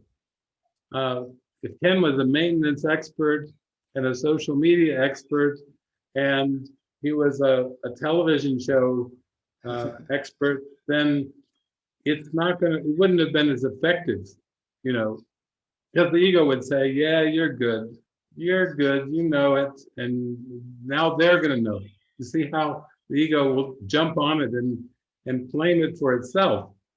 But because Ken didn't know anything about growing and farming, because Ken didn't know anything about social media and doesn't know anything about shows, especially bringing Anna in and Espanol, that just, Ken didn't have a chance.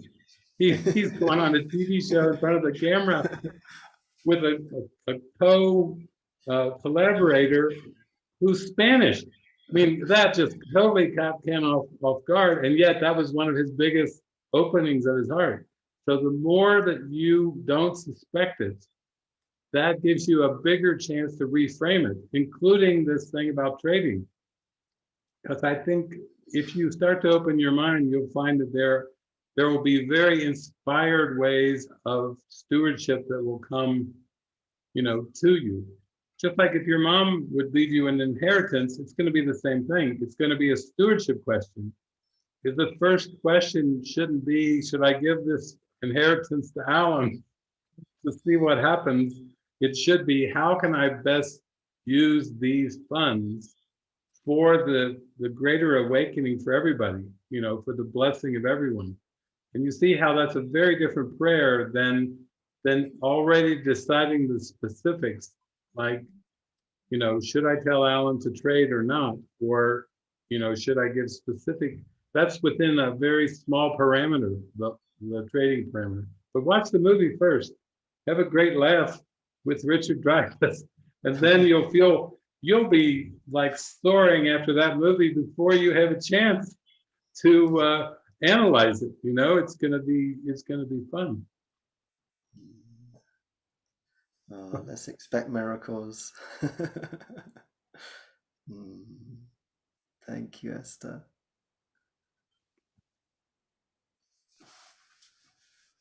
Thank you, Esther. And next up, we have Jonas with his hand up. You can unmute. Hey, guys. Hey, Jonas. Dennis? Hello. Well, my question is about energy levels, which seems to be like my biggest challenge. And for many years, I have been a kind of what my teacher in Denmark, Douglas, he calls it a bliss nanny, someone who is chasing the bliss, spending hours of stillness yoga, reading the course, like for hours in the morning to be sure to have the right amount of bliss. And when I kind of go against that pattern and actually try to go more into the function and the doing, then I have this underlying exhaustion that I feel, okay, so now I just got to accept this exhaustion and just push through it. And it feels like my nervous system is getting fried. And sometimes I even want to just lie down from the morning, like even just after working 1 hour or something. And I'm not sure if it's a defense, because Kenneth, you last time you spoke about, this, you can actually go full throttle and you don't have to worry about the next break. And I also want to be more like carefree. And yeah, it's also all these body thoughts that I have are kind of trying to mess a little bit with my guidance, because I'm actually having the guidance to go back to co-living in Spain.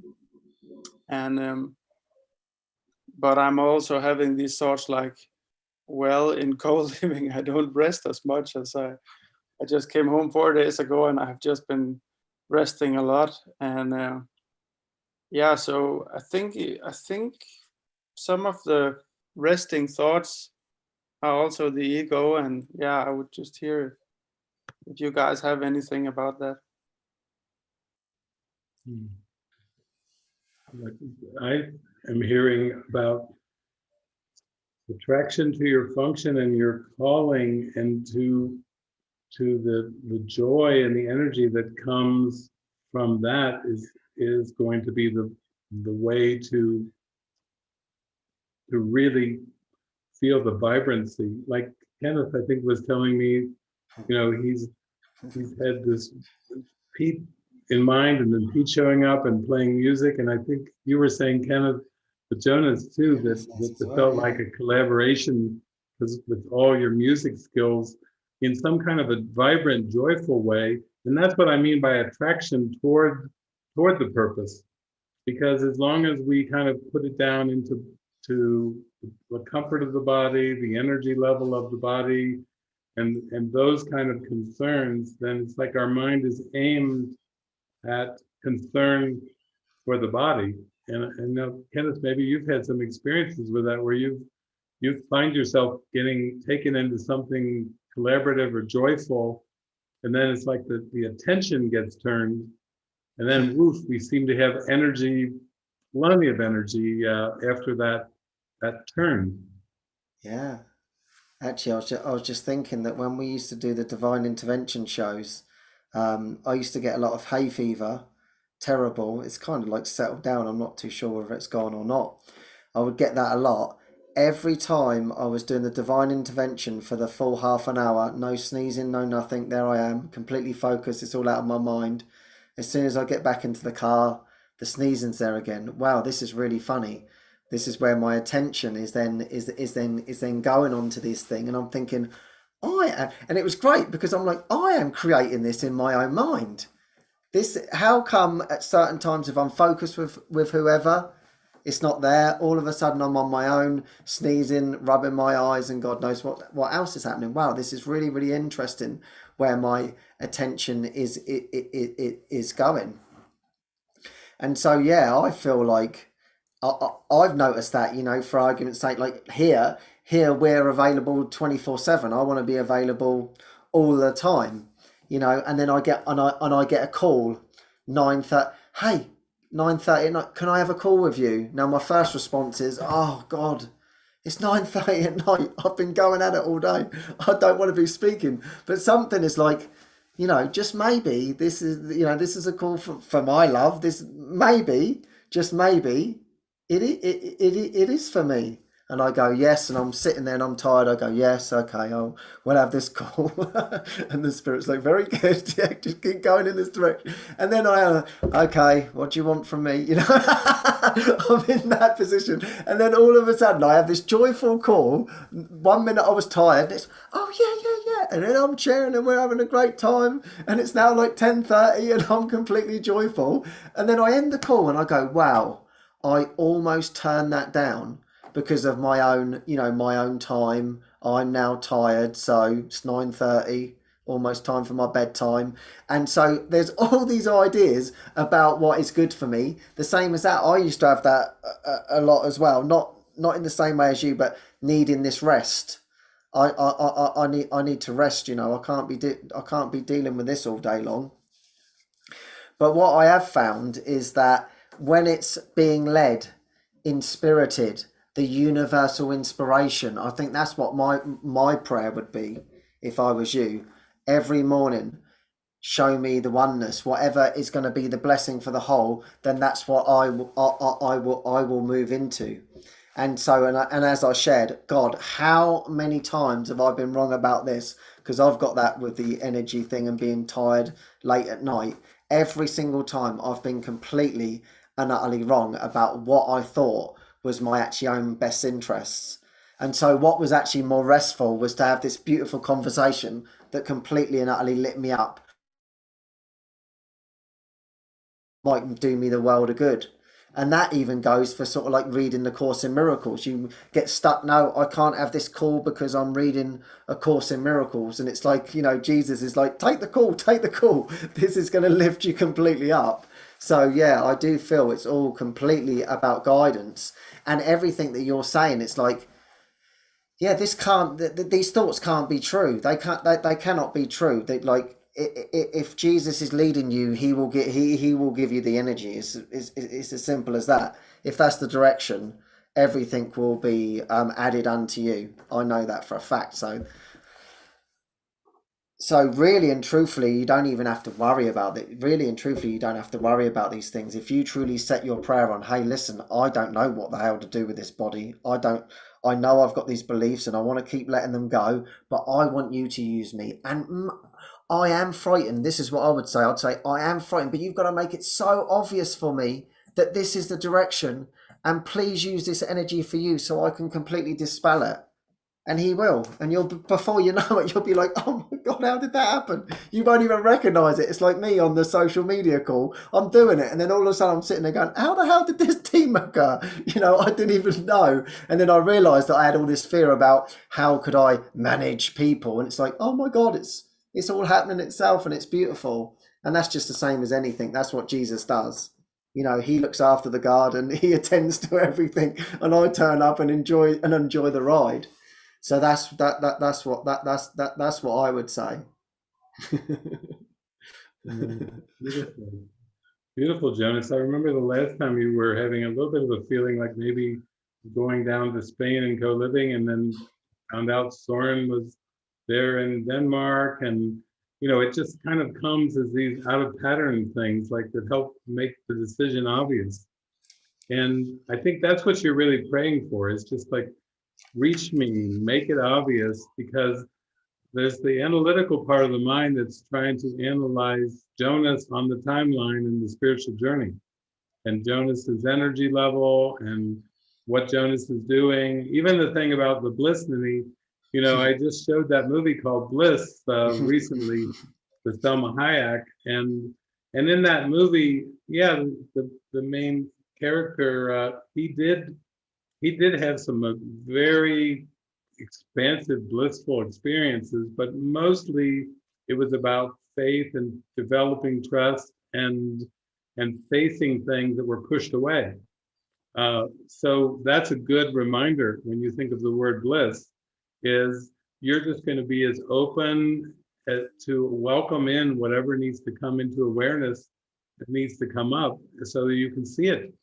And don't judge yourself for that. Of course, that's part of the journey that Jesus says is through the darkness to the light. So you really don't need to categorize yourself in any way or put yourself on the timeline, because then the ego wants to get its fingers into planning the spiritual journey, how my day should go, what's a good day versus a bad day. And then before you know it, if you go down that route, then you're judging the energy levels and what you accomplished and how much you read and who you helped. It's the ego turns it into a kind of an analysis trip. And it's not meant to go in that direction. Jesus wants you to be lighthearted, and Jesus and the Holy Spirit are always cheering you on, and every time you have a sense of peace and ease, there's just cheering you on in that direction. And the ego is so terrified of that peace that it's trying to go back to the old status quo. Let's plan this out. And the spiritual journey, if you want to make God laugh, tell him your plans, because it's the undoing of planning. It's just being spontaneous and more and more intuitive. So I'm so glad you're bringing this up, though, because I think this relates to a lot of ones that are here. This is a question that's right on their mind, right on their heart. Yeah, and I was just remembering as well, Jonas, like when I have a rest, and I'm having a rest, and I say to Jesus, let me know when the rest is over. You move me. You move me when it's the perfect time. And I really love that feeling of like all of a sudden, I'm coming around, and then I'm getting up, and I'm like, okay, and then I'm like, how's this happening? It's so funny, and then I'm completely rested, and so I love that. It's always just a practice, It's like it's like exciting. It's like just keep putting it on him, make it fun. You move me. It's only the belief that you don't believe that he can move you. So therefore, you don't get moved. And now every time, okay, you move me, you move. Oh, here we go. And then I'm doing something, and I'm like, oh, this is great. This is so much fun. So he will use everything. Oh, thank you so much, Jonas. Thank you. Thank you, Jonas. And next up we have Chip. Chip, you can unmute.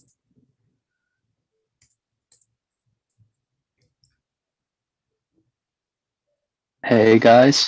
Hey, Hi, Chip. Jeff. Hey, hello. Oh, you just muted yourself. You were unmuted. Oh, Yeah, yeah, you're good and now. I'm good to go. Yeah, you're all good. Hello, guys. Thanks so Hey. much. This is actually the second time I've been attending to one of those meetings, and it's been mind-blowing for me, actually. I started the course maybe half a year ago, or maybe even shorter. And it truly feels like I've been like driven on this path, to take this path. And yeah, it's been a hell of a ride so far. A lot of ego things coming up in me, and yeah, actually, it's funny that the theme of today is called Above the Battleground, right? Yeah. Because it's been quite a hell of a day for me. Actually feels like the battleground has been risen with me. Yeah, because actually today is like a pretty critical point in my relationship with my girlfriend. It's been like sort of an ultimatum, if we sort of continue the relationship or not. And yeah, sorry. I mean, on one hand, I feel like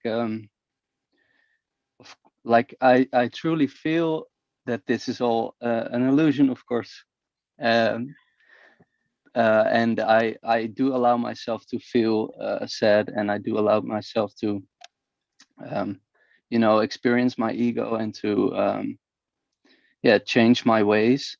And lately I've been asking for a lot of guidance, and actually I've been asking for sort of a direct communication with Jesus, or with my higher spirit, or however you want to call it. And it's been, I mean, I do get these sensations, and when I meditate, and I do get these feelings like that I truly want to continue this because it feels right for me.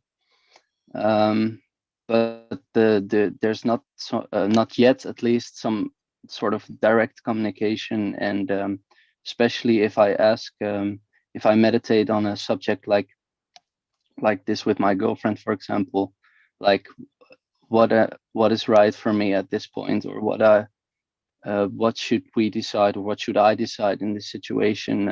I've been asking this question the last few weeks, and there's not really anything coming, and I feel like I do want to hand over my I mean, I do not know what's best for me, and I do want to hand over my how do you say, yeah, everything, actually. But yeah, feels like maybe I'm not yet at the point where it can be where I can receive the direct communication or something like this. And I was wondering, like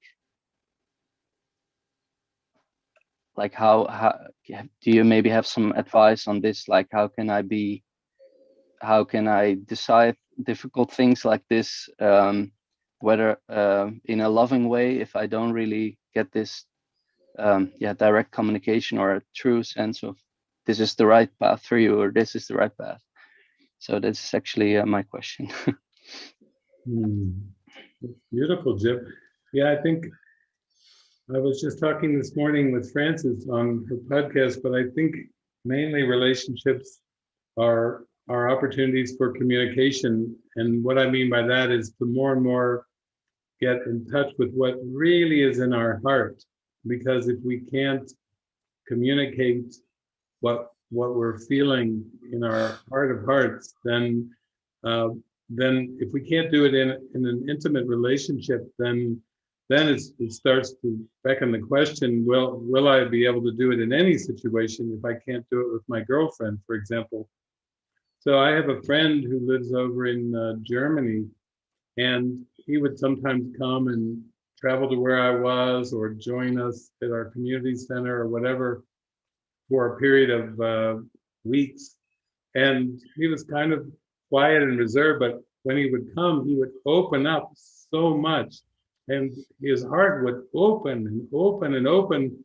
And then we always had the same talk at the end when he's going back to Germany to his girlfriend.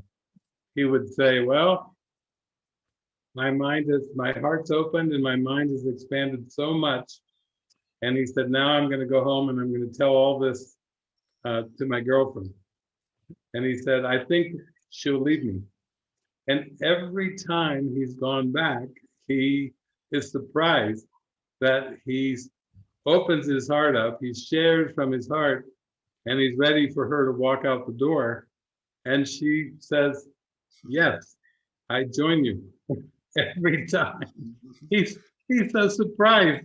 He thought this relationship was going to be over for sure. Every time he tells me the same thing. Oh, I'm really expansive now, but I'm going to have to tell her what I'm feeling. And then I don't think she'll stay with me, but every time she says, I join you. So I think that's the key, because if we don't communicate what's really on our heart, then the alternative to that is we're caught in some kind of game where it feels like we have to hide aspects of what's going on inside of us to keep the relationship. And that is what we call people pleasing. People do that with their bosses, with their families, their parents, with their children, boyfriends and girlfriends. There's a lot of hiding that goes on.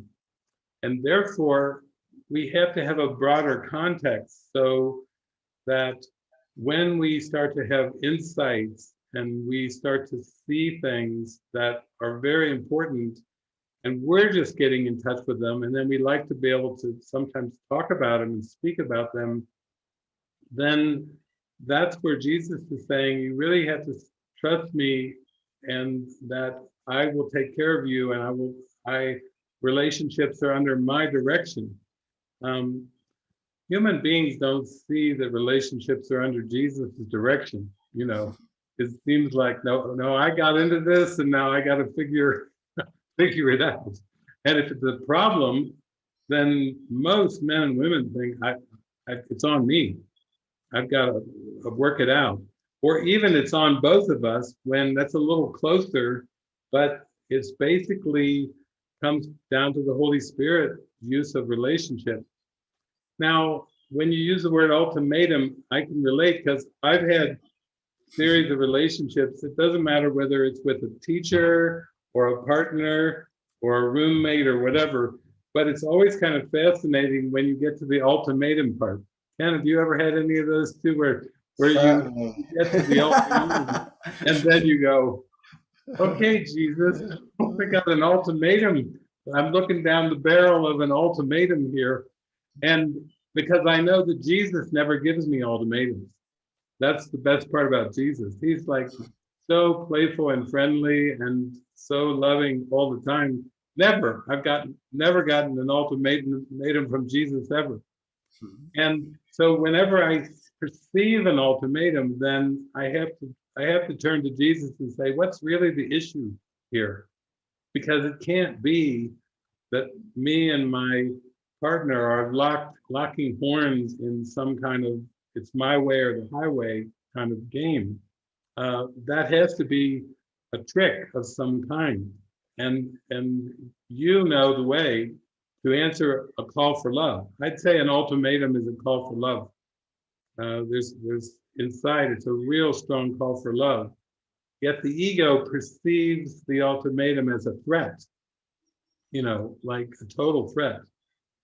And we can't really be truly helpful when we're in that frame of mind, So whenever I've had people that have written a letter to me and it seems like an ultimatum, or somebody's called me on the phone or said something, I basically say, I need prayer time here with Jesus, because I need to see this differently. I am not going to walk into this in a defensive manner. And even with ultimatums, Jesus keeps saying, reminding me of how deep the love is. He's like, don't let this trick break your awareness of this love. There's a very deep love there.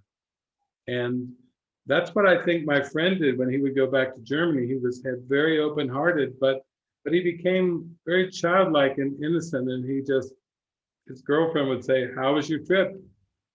That was really heart-opening and mind-opening. Tell me about it. And then he would, and he would have to let the chips fall where they may, because he was going to share honestly, authentically what he was going through.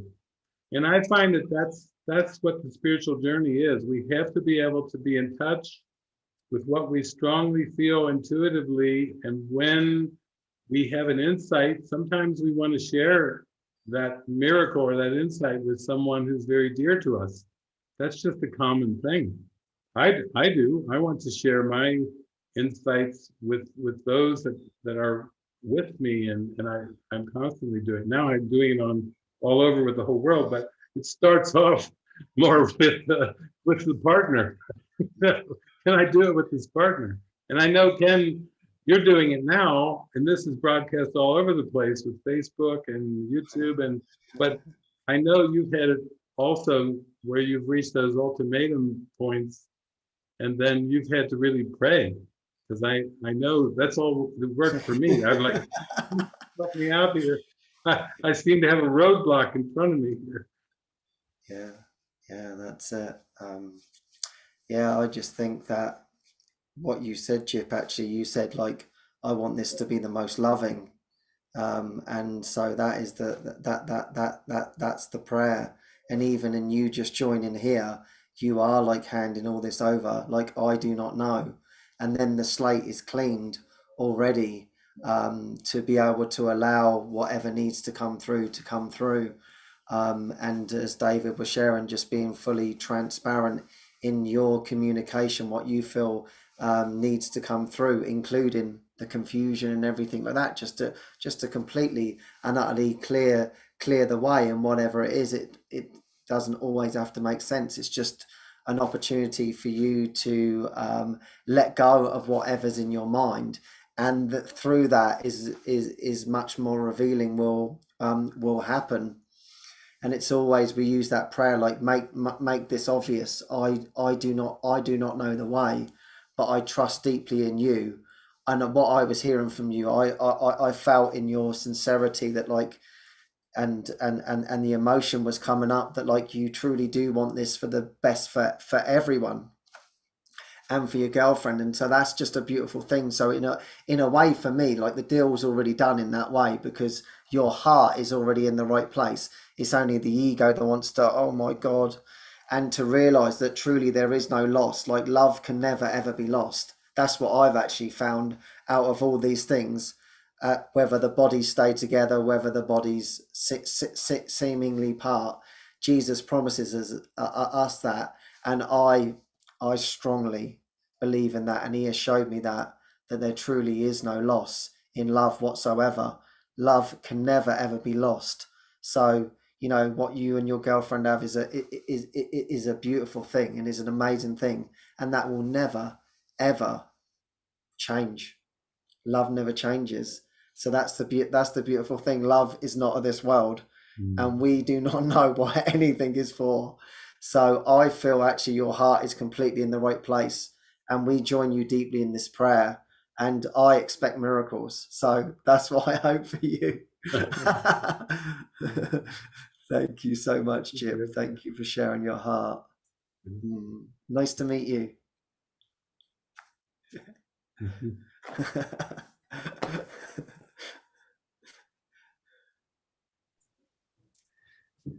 Okay, well, we're at the top of the hour here, David and Kenneth. Do you want to keep going, or?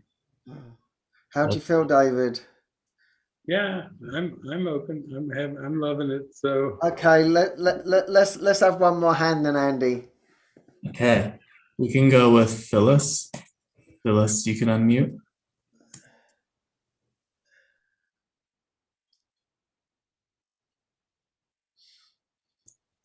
There's, yeah. Am I unmuted now? Yeah, Yes. we got you. Hi. Hi, fellas. Right. Well, this is my first time that I've actually come on this. Mm. It's kind of scary.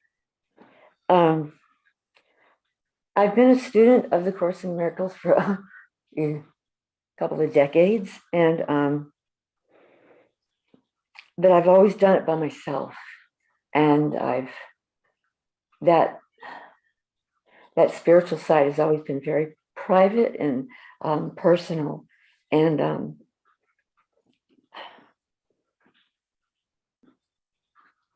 but in my heart, I really wanted a community, and I really wanted to join, and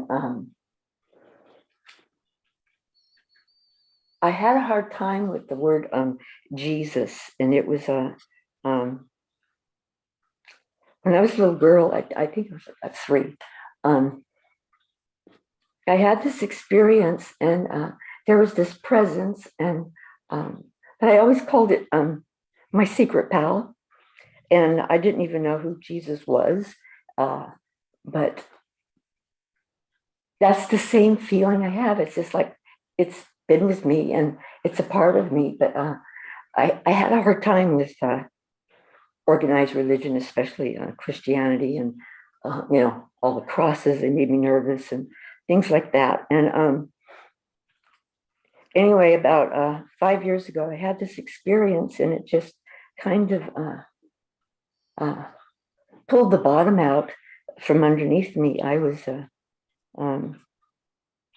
going through some physical stuff, some autoimmune stuff, and I was in the doctor's office, and out of the blue, I'm sitting here, and all of a sudden I saw myself like 5 feet away, and like a hologram, and that presence just looked at me and said, you don't exist. And it was just sort of this weird thing. It was like, uh-oh, kind of like a Scooby-Doo thing.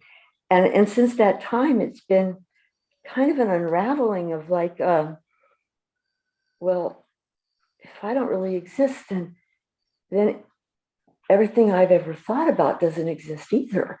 And it's been like one thing after another in the last, during these 5 years, it's been,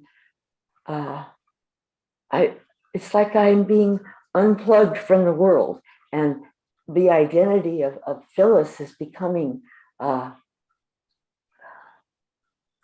it's like my character's storyline is kind of, the storyline's kind of running out or something. And it's an odd feeling, but I don't know. I was praying, and I've watched the YouTube thing for like, David, I've watched you since like 2017, and I have to say something because it's very embarrassing, but I had a lot of resistance to you because you were like too good. I mean, you're so kind, and like everything was beautiful, and I thought, who is this guy? And I felt, I thought, but I kept coming back, and I kept coming back, and I would pray about it and pray about it, and I just kept coming back. But and then several months ago, Kenneth, I saw you, and you had that you had the full beard on, and for some reason, well, you look like you look like an old drug dealer that I knew, but I related to you. I related to you when you talked about your anger and your the violence and the fighting, and I grew up with a lot of violence. I grew up with criminals and very violent people, and for some reason I could hear the message, same message as you, David, but I could hear it through you, Kenneth. And I asked God, I said, how come I could relate to him and not David? And he said, well,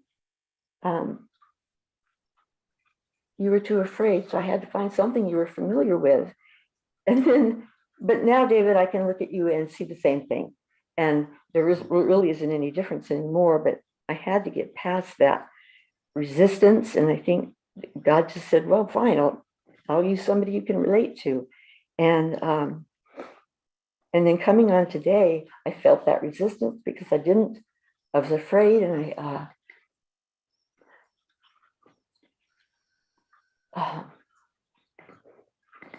I've always kept this pretty personal, but more than anything, I really wanted a community, and I really, but